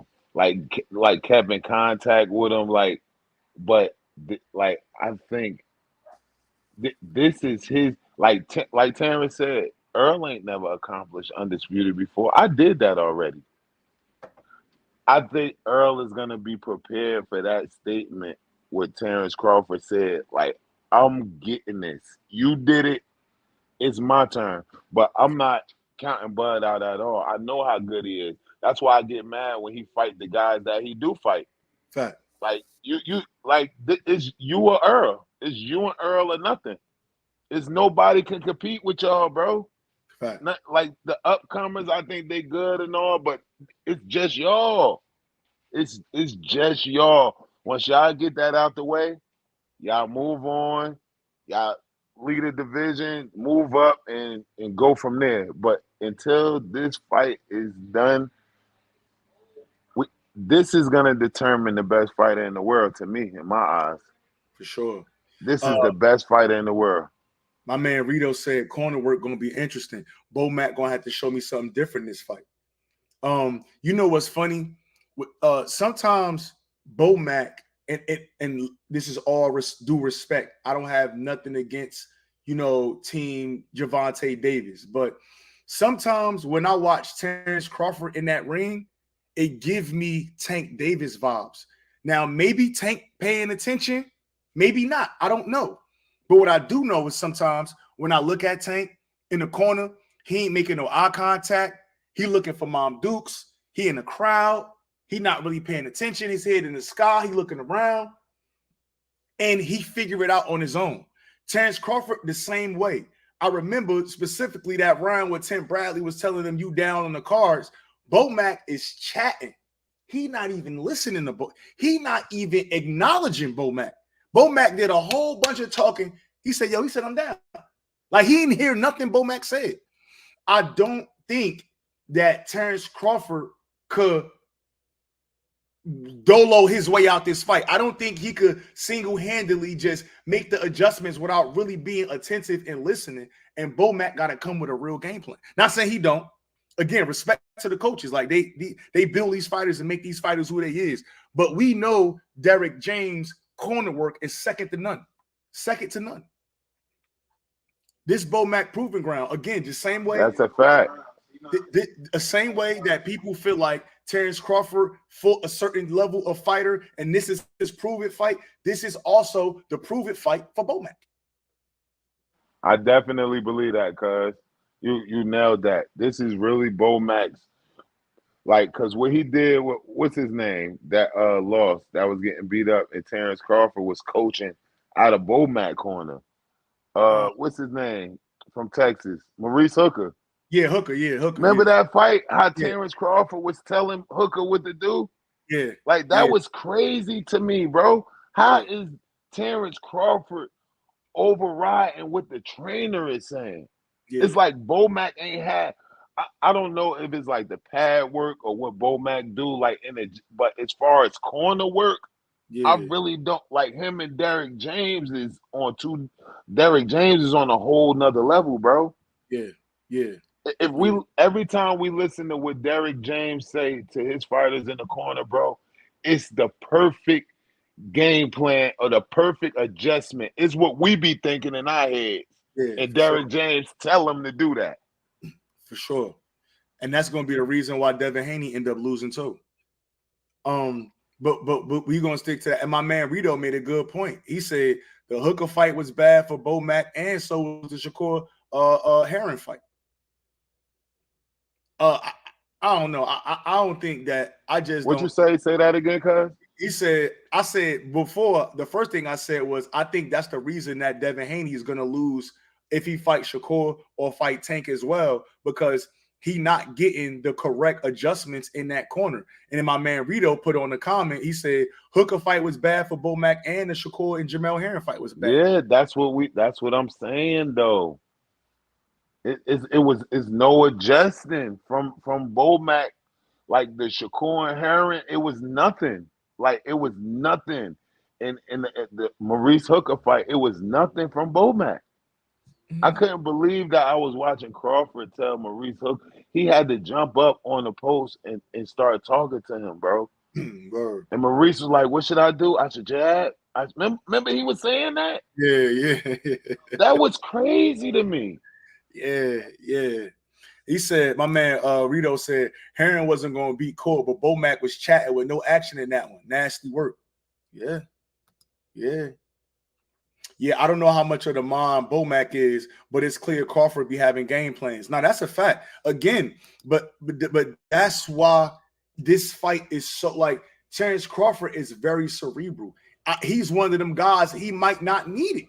Again, Tank be all over the place, bro. But it's like he know what to do. He know what to do. It's second nature. Now you got a guy like Devin Haney. Devin Haney could fight his ass off. He do a lot of things good, nothing great, right? Devin Haney could fight his ass off, but Devin Haney need guidance. In the JoJo fight, Bill Haney, hey, keep stepping to your right. I'm running into the hook. I'm running into the backhand. I'm running into the backhand. He needs you to tell him something. Yo, hey, Loma's catching on to what I'm doing.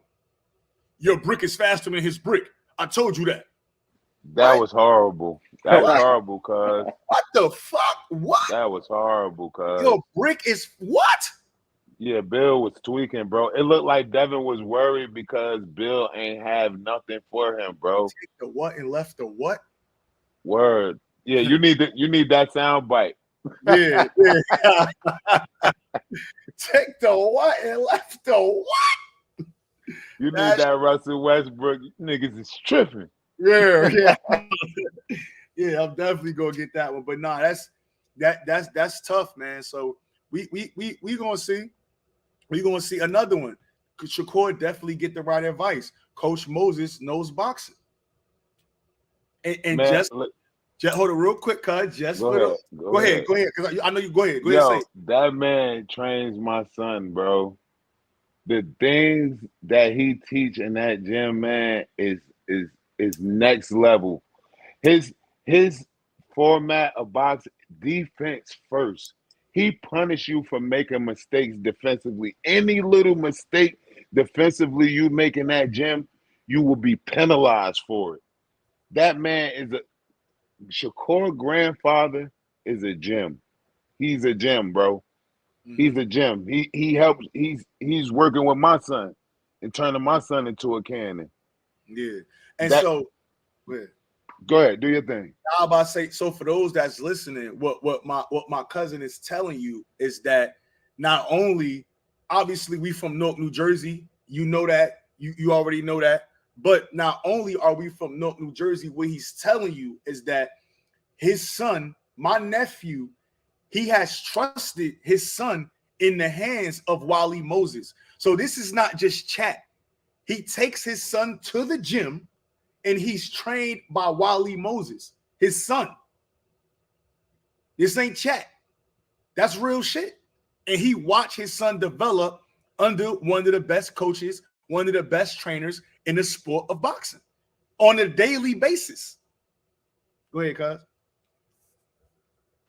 Yeah, I was just saying like he's a great trainer, man. He's a no bullshit type of guy. He's mean. He's cool at the same time, but he's mean and he take it very serious. He takes the sport of boxing very serious. And the way he teach these young guys defense, he told me that Dev, he worked with Dev and all of them when they was kids. Yeah. He said he made the important. He taught Dev the importance of having the jab the way he do, like saying like, "Yo, I showed Dev that jab." Yeah. You feel what I'm saying? And you see the way Shakur used his jab is great, and the way Devin used his jab is great. They use it in two different ways, but they both use that jab for a money maker. Facts. Shakur used it to blind you, to pin you, and Dev used it to keep you back. Use the distance. Like, so Wally, he's the real deal, man. He real deal. Hey, listen, all that's cool and all until Coach Calvin and Tank come up there again, man. All that's gonna go out the window. Okay. This nigga big. Tank gonna be getting pinned too. Framed, pinned, all of that. Air, punching air. Head control. Head control. And look, I just seen a video on Jim's page. He highlighted something I didn't notice about Tank. In close, Tank is not good. Like in the clinch. Yeah. Like Tank have a lot of openings like within the clinch. Like in Boxing Gyms did the breakdown of Shakur versus Tank. And I never noticed that about Tank. Shakur don't hit. He don't hit hard enough. He don't hit hard enough. No, he hit. Come on, bro. Come on, bro. He do not hit hard enough. Bro. He do not hit hard enough. We ain't even gonna do that, y'all. Why don't he hit hard enough? So he don't hit hard enough. I'm gonna ask you this, my boy. If you don't hit like Tank, you don't hit hard enough. I ain't even saying Tank. Shakur just don't hit hard enough. Do you I keep telling people Shakur wasn't not even stronger than Barrios, and Barrios couldn't even put Tank down. You said what? Am I lying? D? Listen. What you gotta understand, Beto. Let's be honest, bro. Tommen beat all that shit. Tommen beat everything. Speed. Tommen beat power. All of that shit. So yeah, he might. Let's say no. Matter of fact, let's make your comment exact. Shakur wasn't cracking at 130. Let's say that. Shakur wasn't cracking at 130. I just came from Newark watching Shakur in April, and I watched multiple. Now, I don't know who the fuck Yoshino is. Never heard of the guy, right? But power is power, and he was an undefeated fighter, and I watched some single punches make his legs buckle. I watched Shakur drop him multiple times. I watched Shakur assassinate this man's body. Pause. And Shakur looks stronger at one. Look at his body. Come on, man. Look at now, and bro, I don't know what's your name, bro. Brian. Yeah. Brian. Hey, Brian. Now look, you know what they say is not always the power; it's the punches you don't see and expect. And you know Shakur is great at throwing those counter shots that you don't even expect. Those little shots, the shots that he was catching Yoshino with were shots that he didn't even see coming.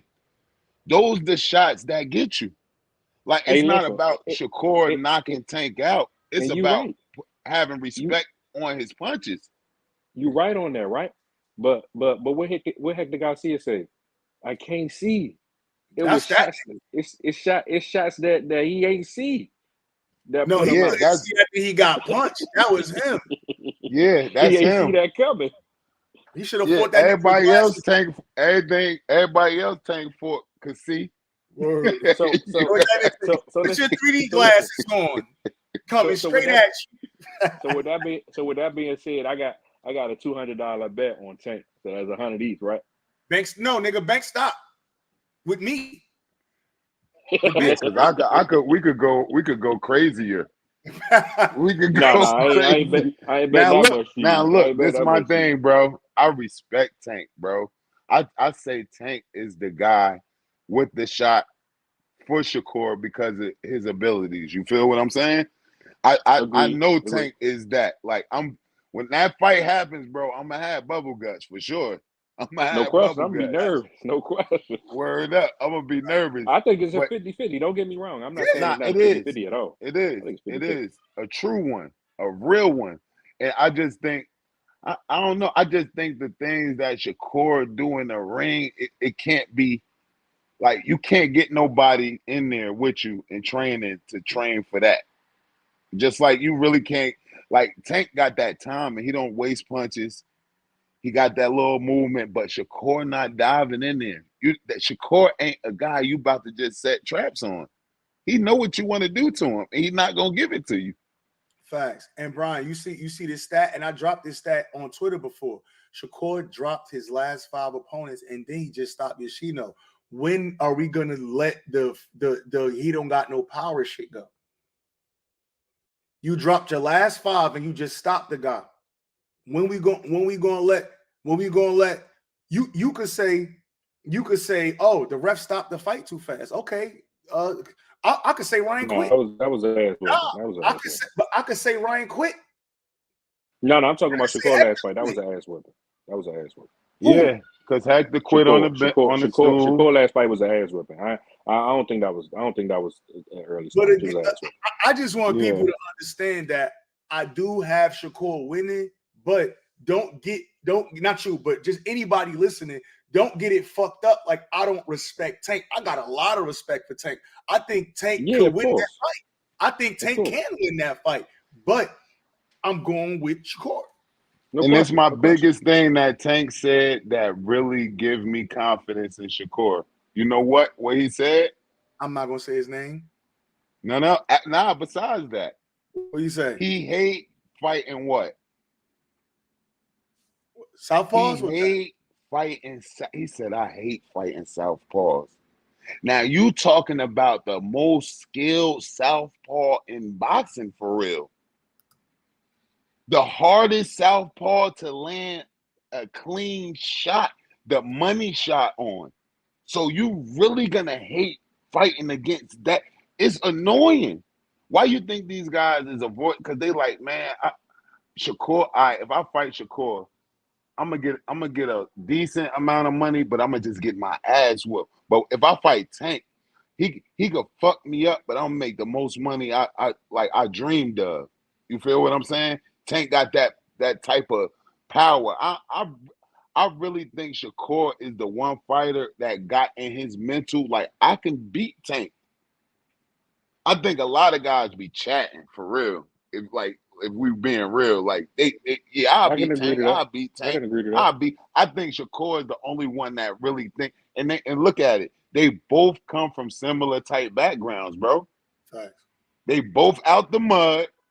They both got that mean streak to them. They like that. That's why that's the fight that need. But I don't think we getting that soon. We ain't getting that soon. So them Jersey boys ain't about nothing. It's like, no, you crazy as hell. I'm gonna bring you out here one day, bro. Come hang with me. Hey, look, me and Brian went to the T.O. Santor fight. Well, you know we had the rap. I said, hey, bro, I'm from them buildings right there, bro. Yeah. Yeah, I showed him the hood. We gonna let him get out next time.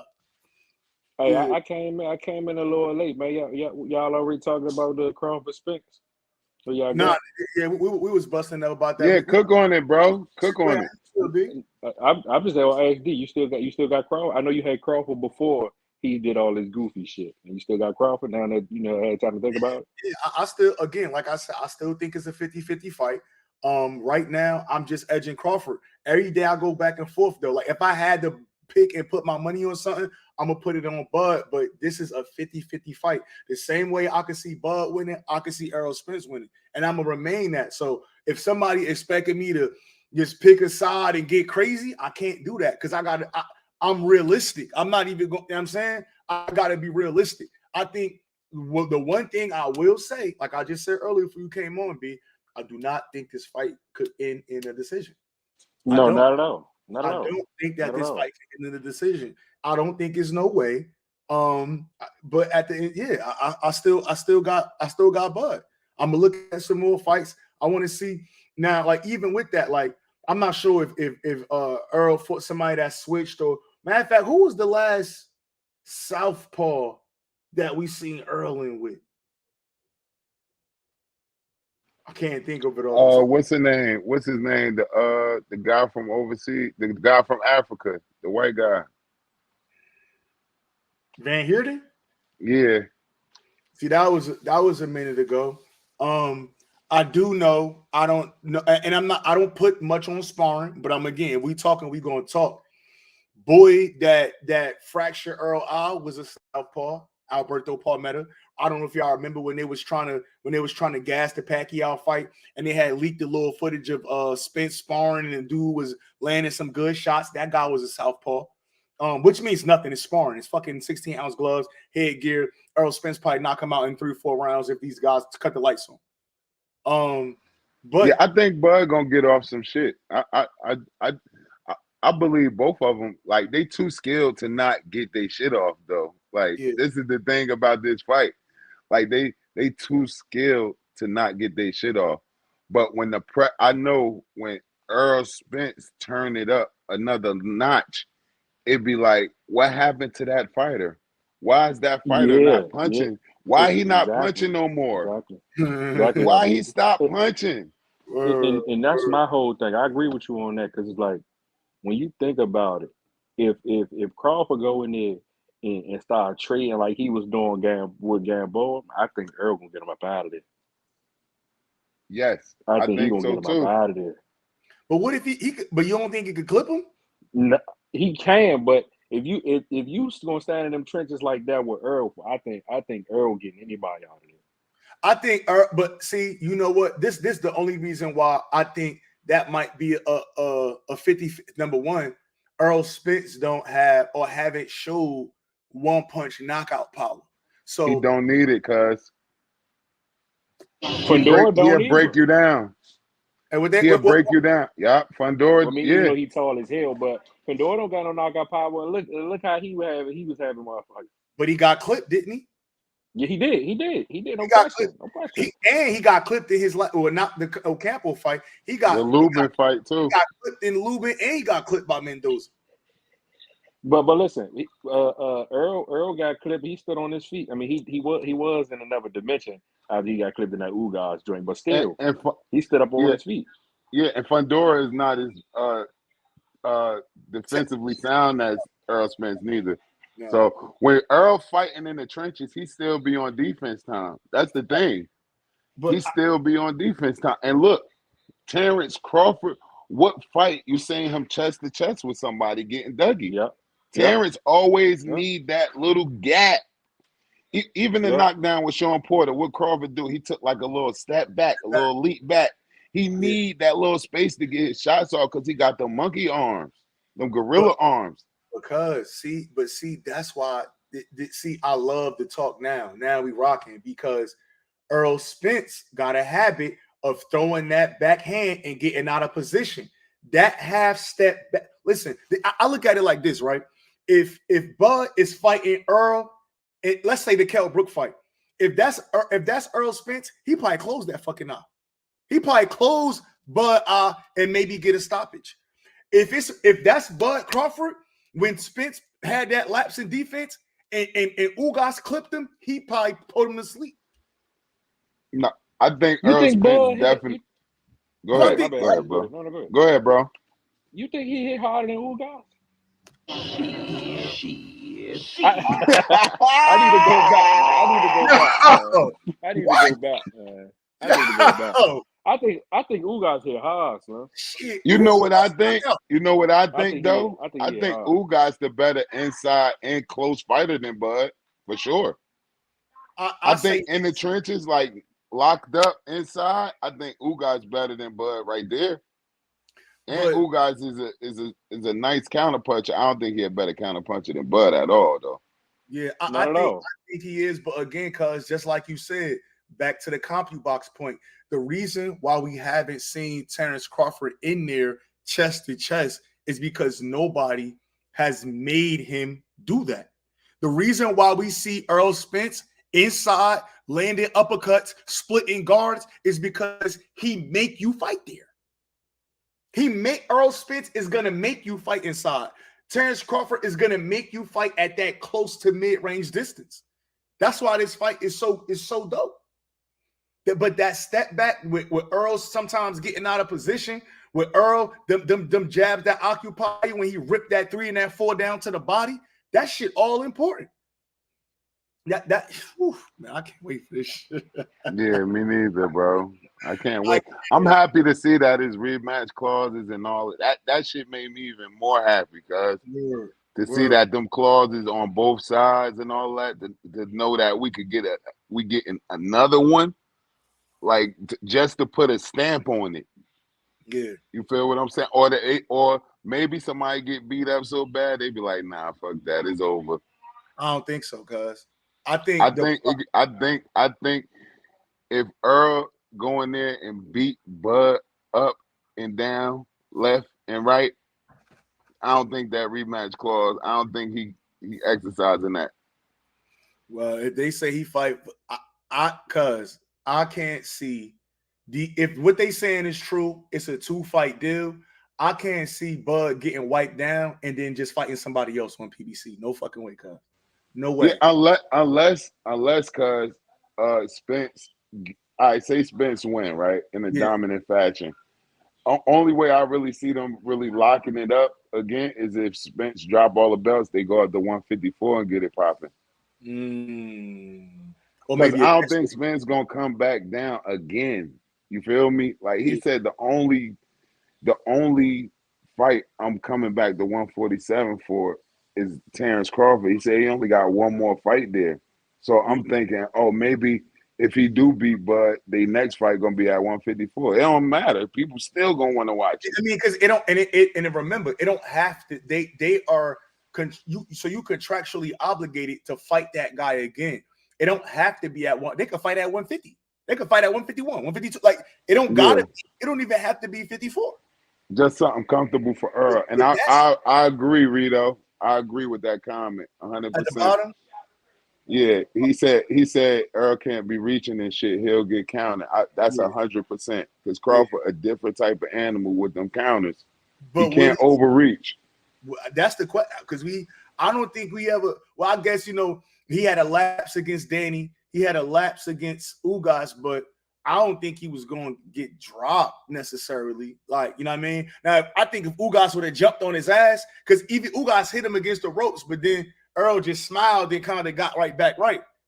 Now, again, if it's like you say, because Bud a different animal, I think. Again, he not about to let him just sit on the. Yeah, I already know how Bud coming. If he hurt you, if he smell blood, he going for the kill. I just need to see how Bud gonna get around that jab, bro. I seen Benavidez jabbing him down. I seen Kell Brook jabbing him down. Even Sean Porter was getting good jabs off on Bud, and he got a shorter reach. Yeah. So I just want to see how he gonna deal with those jabs first. That's something that's very, very important in that fight. Yeah. How Bud is gonna deal with those jabs, because I've seen him getting jabbed. I've seen him get jabbed down multiple times. Well, I don't want to compare Bud to Tank. Well, you know what? I don't want to compare Bud to Tank, but I know when I watch Tank fights, I don't care if Tank getting jabbed down, because I know Tank goal is to get you out of there. I know he trying to finish you. I feel the same way about Bud. Like, you can't be just getting jabbed on by Errol Spence, because that's going to be. That's what I was about to say, because that's not a Errol Spence jab. Yeah. Yeah. So that's kind of bad, because Errol Spence jab is a eye closer. Yeah, but you know what? But okay, let's talk about that. I think when I look at Errol Spence jab, because I don't think that is necessarily a power jab. I think Errol Spence used his jab to close the distance so he could get to the inside. Like, I don't look at his jab more. Of course, he's gonna score a punch. Because he's gonna jab, double jab, triple jab. But Errol Spence mind behind his jab is like, I'm about to jab you until I get up in here. Once I get in here, you fucked. Like, you know what I'm saying? Like, my goal with this jab is to get in that mid to close range so I could really do the work that I want to do. Errol Spence is a body puncher. That's if I'm looking at one thing that he do, obviously he throw relentless amounts of punches, but Errol Spence is a body puncher. Like, you know what I'm saying? He's trying to slow you down so he could speed it up. Exactly. And so it might not be, and I'm not saying he can't close an eye, he can't like hurt him with the jab, but I think again, it's with the knowledge that Terrence Crawford is supposed to have.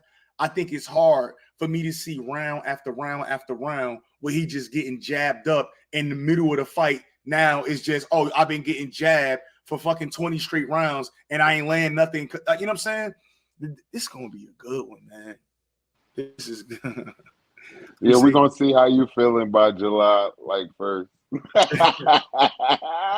We're gonna see.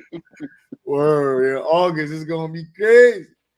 Yeah, I thought the fight was really gonna end up in August though, cuz that's what's crazy to me. Like, and it basically is in August because it's July 29th. I really thought if the fight was gonna get made, I thought it was gonna be made in August. But July 29th, like that's cool.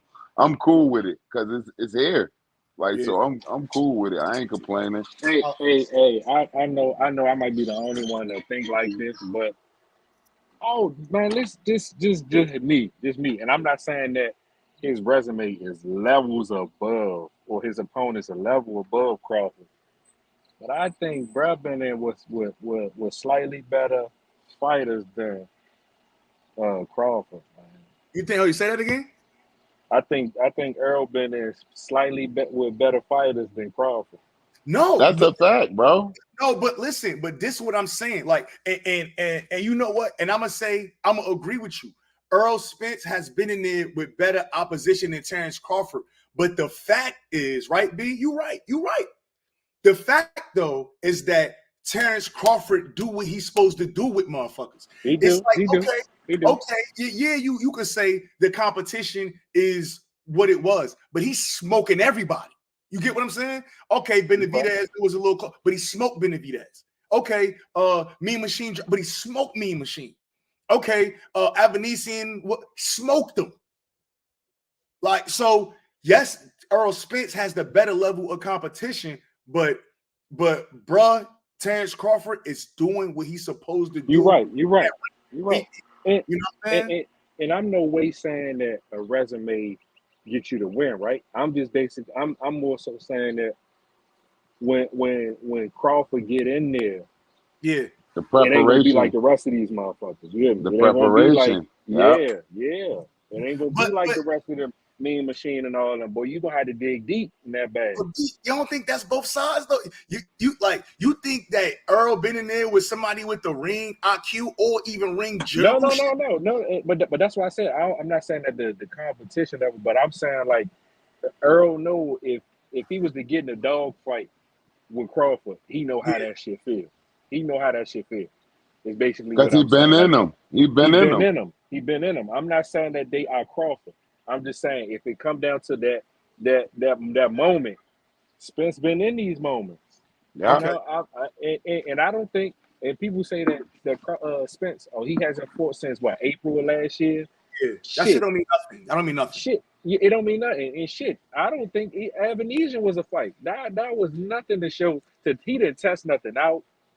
Nothing. You know, he didn't do nothing. He just knocked him smooth out. So it's like, who guys tested shit out with Spence?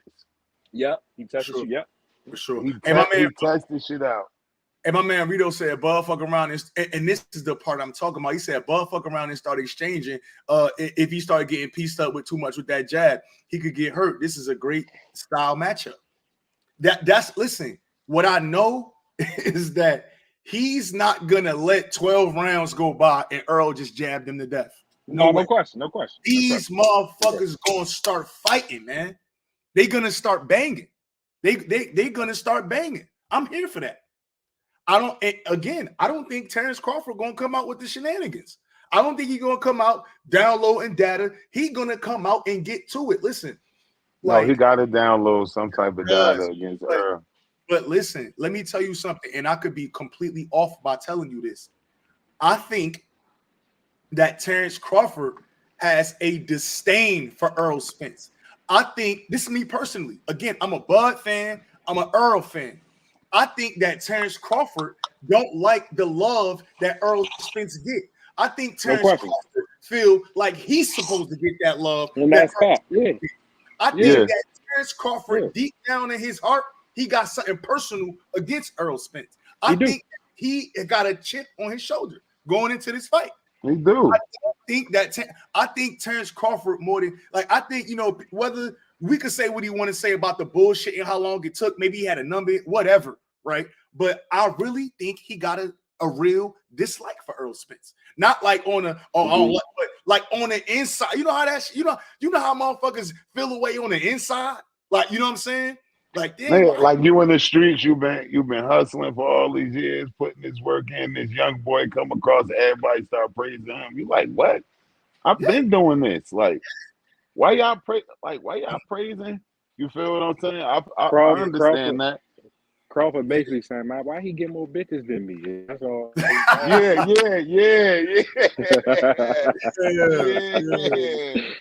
But I feel you on that. This is a but listen, and I feel you on that. And go ahead. But when you do stuff like that, when you got disdain for somebody like that, that mental started to take over. You probably started to do too much. Yes. And Earl will whoop that double-edged ass. sword. It's a double-edged sword.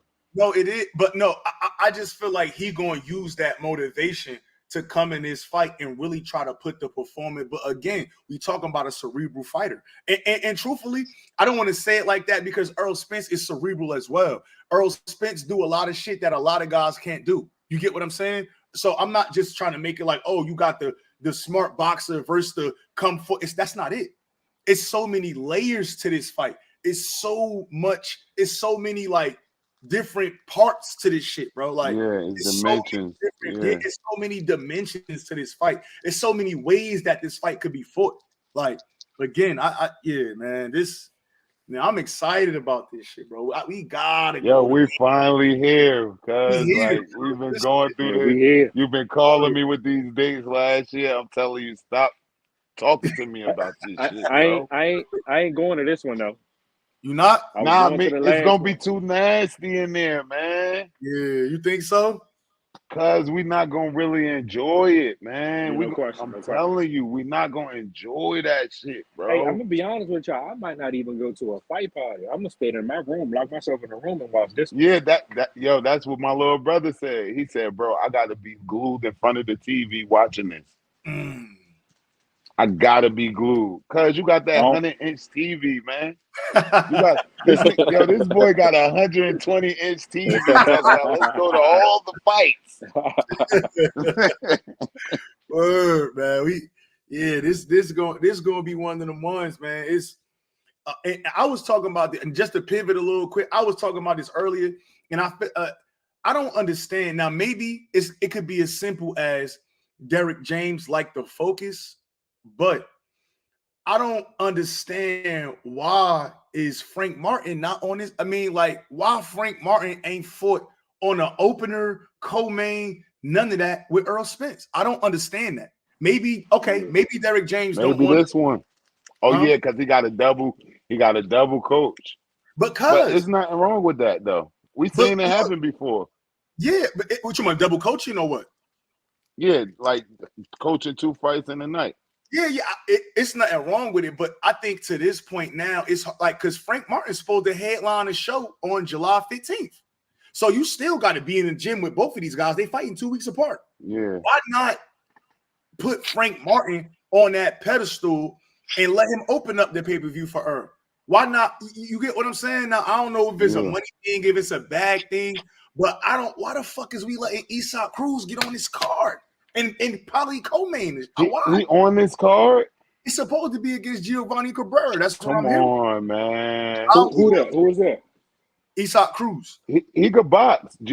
Cabrera could box. He got an awkward type of style. Because why Frank ain't on that card? Yeah, you're right. He should be. And he with Man Down Promotions too. Come on. This the biggest fight probably in the last 10 years, maybe besides Wilder. Like this is like when Floyd was putting Tank on his shit.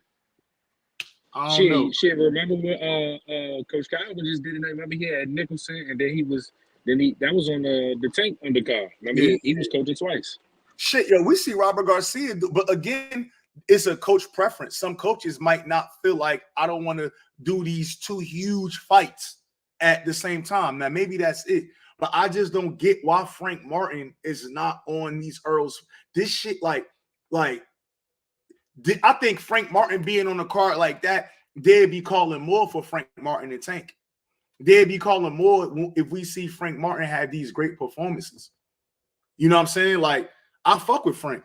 I think he need to be on these cards. I could be tripping. I don't know. But I just feel like that's a missed opportunity, being that this is the star of Earl Spence's Man Down promotion. Right. And he going to be the main event, but he supposed to be on that card, bro. And this will up his stock because people will see him on his crazy. Up his stock crazy. He's supposed to be definite, and he needed. He definitely. This would be good for that division, the 135. Because this would be perfect. I don't know if people know, but I know a lot of casuals who know David Morrell Jr. because he was on that Tank card and the way he knocked Buddy out. A lot of people know. A lot of casuals know who he is now. And when you get knockouts like that, people want to tune into you. Word. So this would have been That's big a for fact. Martin. Yeah, that's a fact. Because it's gonna be millions of eyes watching. Like even the people that's streaming and they still watching it. No, that's a fact. Still watching it. We don't know. They could something could go wrong with the July 15th fight supposedly, and then he somehow end up on the July 29th fight. You know, maybe.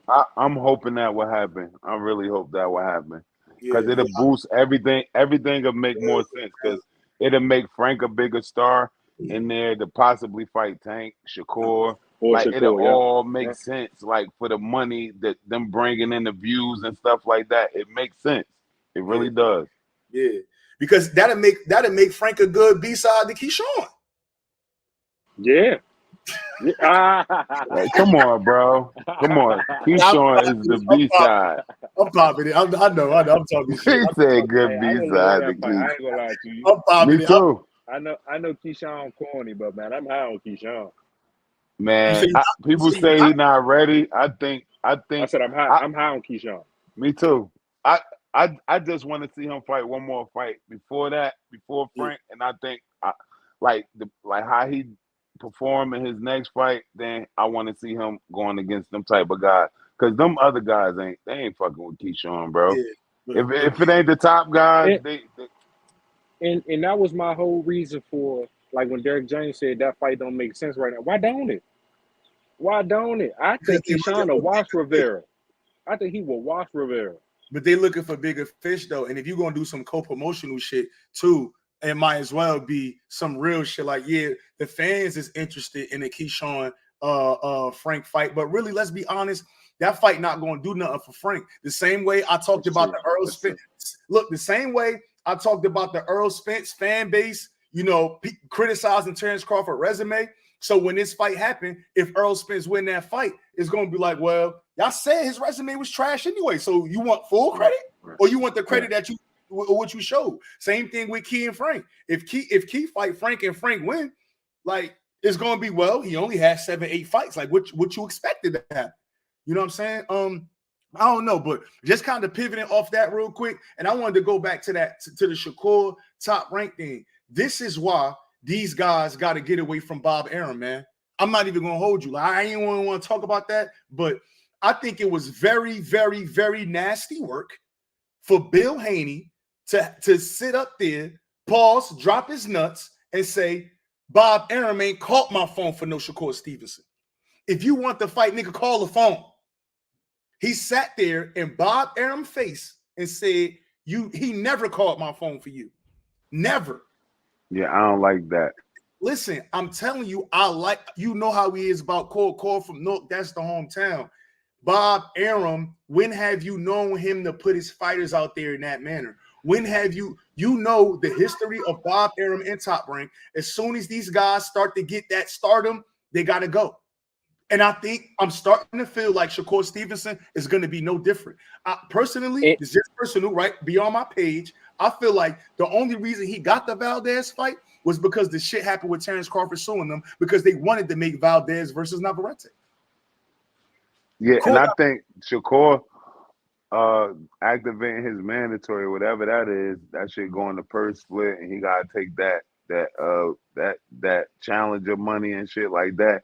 I think him doing that is like overriding. Like, all right, Bob, you don't want to do this. I'm about to push this forward. I'm gonna make the less money, but I'm gonna grab these belts. I'm about to grab these belts, and then the money gonna come in the front end. So you think that was Bob telling him not to take that Warrington and all them type of fights? I mean, yeah, at the end of the Russell fights. Yeah, but I think that I believe that to be true. I mean, but the thing is, I like to be, again, you know, it's truth over narrative, A-side boxing. I like to be truthful. When have you seen Bob willing to just put his guys out there? When have you seen Bob say, go ahead, go, let's make this big fight? You listen, Manny Pacquiao left, Zerto left or dropped or whatever. You got Crawford left, Mikey Garcia left. Then Cotto leave. Cotto left. You get what I'm saying? These guys get to a certain point on Top Rank and they have to leave. And I feel like Shakur Stevenson is going to be no different. Allegedly, there have been rumors that the Haney's wanted a 4-fight option to fight Shakur, and Bob said no. Yeah, I seen that. I heard that. I don't know how true that is, and that's speculation because I don't have the paperwork or the facts in front of me. But the fact of the matter is, if he did that, it's nasty work. I heard that from somebody that's close to Devin. So, I mean, well, if that's the fact, it's nasty work. Because now what you're saying is either A, I'm gonna keep these guys split apart for as long as I can, and make Shakur fight the Jermaine Ortizes of the world, who all due respect to Jermaine Ortiz. He's not on. I don't think he's on Shakur Stevens' level. That ain't nothing to think about. But he ain't. At the same time, even if he is on Shakur Stevenson level, do he think that? Because I done heard him say Keyshawn name. I done heard that, like, so what we doing? You want to leave Shakur Stevenson at 135. The only fights there is Tank and possibly Devin Haney. And Bob already showing us that he don't want him to have the Haney fight. You deny option, and the man saying in your face, Bob ain't never called my phone for that. Bob ain't never hit me for that. So that goes to show that Bob Arum don't want that fight. If you Shakur Stevenson, look at your contract, fight whatever fight Bob Arum put in front of you, and you got to slide after that, bro. You got to slide to make them big fights. Because B, what's going to happen is it's going to get to a point where Shakur Stevenson fighting the Jermaine Ortizes of the world. He's fighting the Giovanni Cabreras of the world, who Top Rank did release. He's fighting the Muratayas of the world. But go ahead. Indeed, but remember, I said that before. That's my only problem with Shakur. Is he gonna always be a Top Rank, and he gonna always be fighting these type of fights? He could be fighting Dave if Dave was just take his sloppy seconds. I'm just saying he gonna always be late to the party with Top Rank. Yeah, man. I don't know, man. Personally, and truthfully, I'm gonna keep it 100. Shout out to my man Lefty, because this is where I first heard this and got this idea from. I feel like Core need to get a belt at 135, and after that, go to 140. If that's where them guys at, if 140, because look at it. If let's say he stay at 35 for the next 2 years, right? Matias might not be a top guy. Regis probably be out of the division. Devin Haney probably didn't have a title, possibly took a loss, maybe not. Teofimo maybe lost another fight. Josh Taylor gone and moved up. Josh Taylor's already 30, been at 140 forever. You're going to have a similar situation where now Shakur Stevenson is moving up to 140, and it's a fucking desert land. Hey, D, I'm mad you kind of, this side note, I'm mad you gave Lefty that credit. And I said this on your show probably like 2 months ago. I already said Shakur should fight 2 fights down this joint and move up. He might not get that Tank fight. He might just fight Loma or Muay or one of them, and he should go. Yeah, he should leave. He should leave. To me, he don't even need a belt at 135. For what? For legacy, bro. For legacy. Okay, that's fine. But he could always go up to 140, and if somebody have a belt or something that he want to come, he can come back, lose that weight, drop down, get that belt, and then go back up if he wants. We ain't gonna do all of that. We ain't gonna. You know, I'm just saying. But he already at 135. Devin fuck around and vacate. He pick up a strap, but he need to go fight them fights, man. I think Shakur Stevenson is one of the best fighters in the world. Skill for skill, pound for pound. I think he's one of the best fighters in the world. Top, in my opinion. Skill for skill, he's top 5. Right? Maybe not resume-wise yet, but skill for skill, Shakur Stevenson, no question, top 5. But for me, I don't want a situation where Shakur's done with boxing and we saying he ain't never fight that guy. He never fought this guy. He ain't fight such and such. Why he ain't move up and fight him? Why he ain't never get a tank fight? Why he ain't fight Devin? I don't want to hear that shit, man. Not when a guy is this talented. Not when a guy is this talented, got this much potential. Shakur got the ability to be the best, the biggest star in this shit. Agreed. That's neither here nor there, but talent-wise, he could do it for sure. I don't want bro to be held up fucking playing top rank games. Again, he with Jay Prince. I don't know how much business Jay Prince do with Al Heyman. You know, I don't really like to get into the business part of this shit, but I don't know how much business Jay Prince do with Al Heyman. He might not have a lifeline at PB. We don't know. But let's keep it. I don't mean to cut you off, but before you go from this point, even somebody like Janabek, look at him. His resume ain't shit to me. Yeah, he ain't really got no big legacy, but he got a belt. You know, like he a champion, right? Yeah, he the WBO champion at middleweight, and what's going to happen is they're going to keep putting him. They're going to keep putting Janabek with cans, and guess what's going to happen? They're going to be like Janabek got 10 title defenses. Yep. The most title defenses at middleweight since Gennady Golovkin. Yeah, and you don't want Shakur to be like that. I'm with you. I've been saying this. But no, I'm just saying, but like the Janabek shit, like that's how they gonna paint it. Oh, this is a middleweight guy that nobody don't want to bop. And on top of that, he got 10 title defenses at middleweight against nobody. Come on, man. My man Trill said they worked together for Drake. Okay. Didn't Jay Prince have beef with Top Rank? I'm not sure. Maybe like I read Jay Prince's book. I believe there was some issues there. It might have been once. I know he had an issue with a couple fighters. He had some issues with Shane Floyd after a while. But you know, who knows, man? Again, I want to see these fights. And I wouldn't be real quick. I wouldn't be mad if ESPN started doing cross platforms and let Shakur go beat Williams and pay their ass up. Let them go do it. They already refused. Listen, I know they refused. I know. I'm just saying, man. I wouldn't be mad at Shakur for doing it if he stayed with Top Rank and they start crossing platforms and he whipping ass. I wouldn't mind it. Yeah, but at the end of the day, we got to skip past the allow him to cross platforms and have bro make that decision. Like, yo, if you're not gonna give me these fights, okay. And when that contract up, slide like Sada Baby. That's it. You know what I'm saying? But you know, it is what it is, man. Hey, look, man, I want to definitely keep cooking B.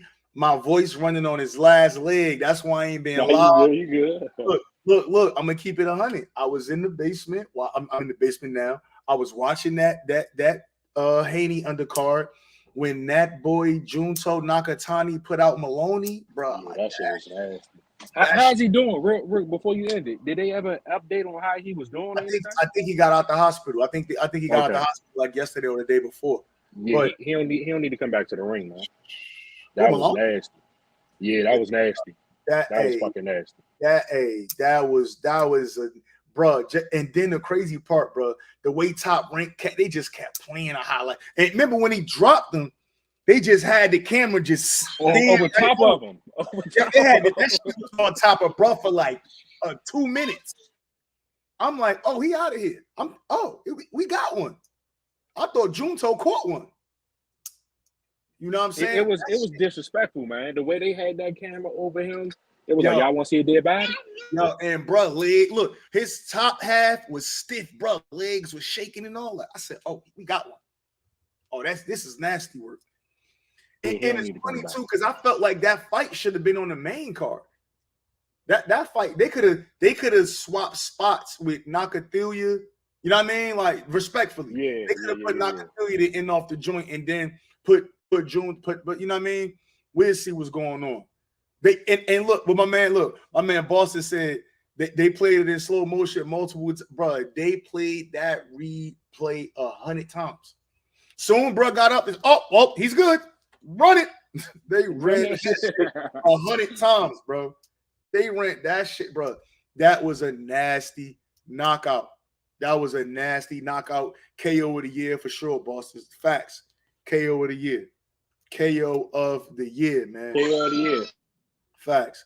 But hey, man, I'm a hop off here, man. I appreciate the chat for rocking with me. I hope, you know what I mean, y'all continue to rock with me. I gotta get this voice right before I go back live. I'm straining my shit now. I'm sure my shit gonna be at 0 tomorrow, but we got to get it back right, man. Again, I appreciate everybody rocking with me, and I know why y'all here with the A-side because this is a sick Negro. Know shit about I'm not a sick Negro. I'm not a sick Negro. But most don't know shit about boxing, man. Facts. I appreciate you. B, anything you want to put out before we get out of here? Nah, man. Like, comment, subscribe, man. We're gonna be back here next week or again before the fight. Yeah. Next week I got a little family trip. You know what I mean? I'm gonna be be in New Orleans this weekend. You know what I mean? If y'all tap in. I'm gonna be out there this weekend. But you know, we get back home Monday morning and we get back to work, man. So, and I appreciate everybody for rocking with me, man. It's A-Side Boxing. Like, comment, subscribe. Tell a friend to tell your friend. If your grandmama never watched boxing, put her on, man. Put her on, man.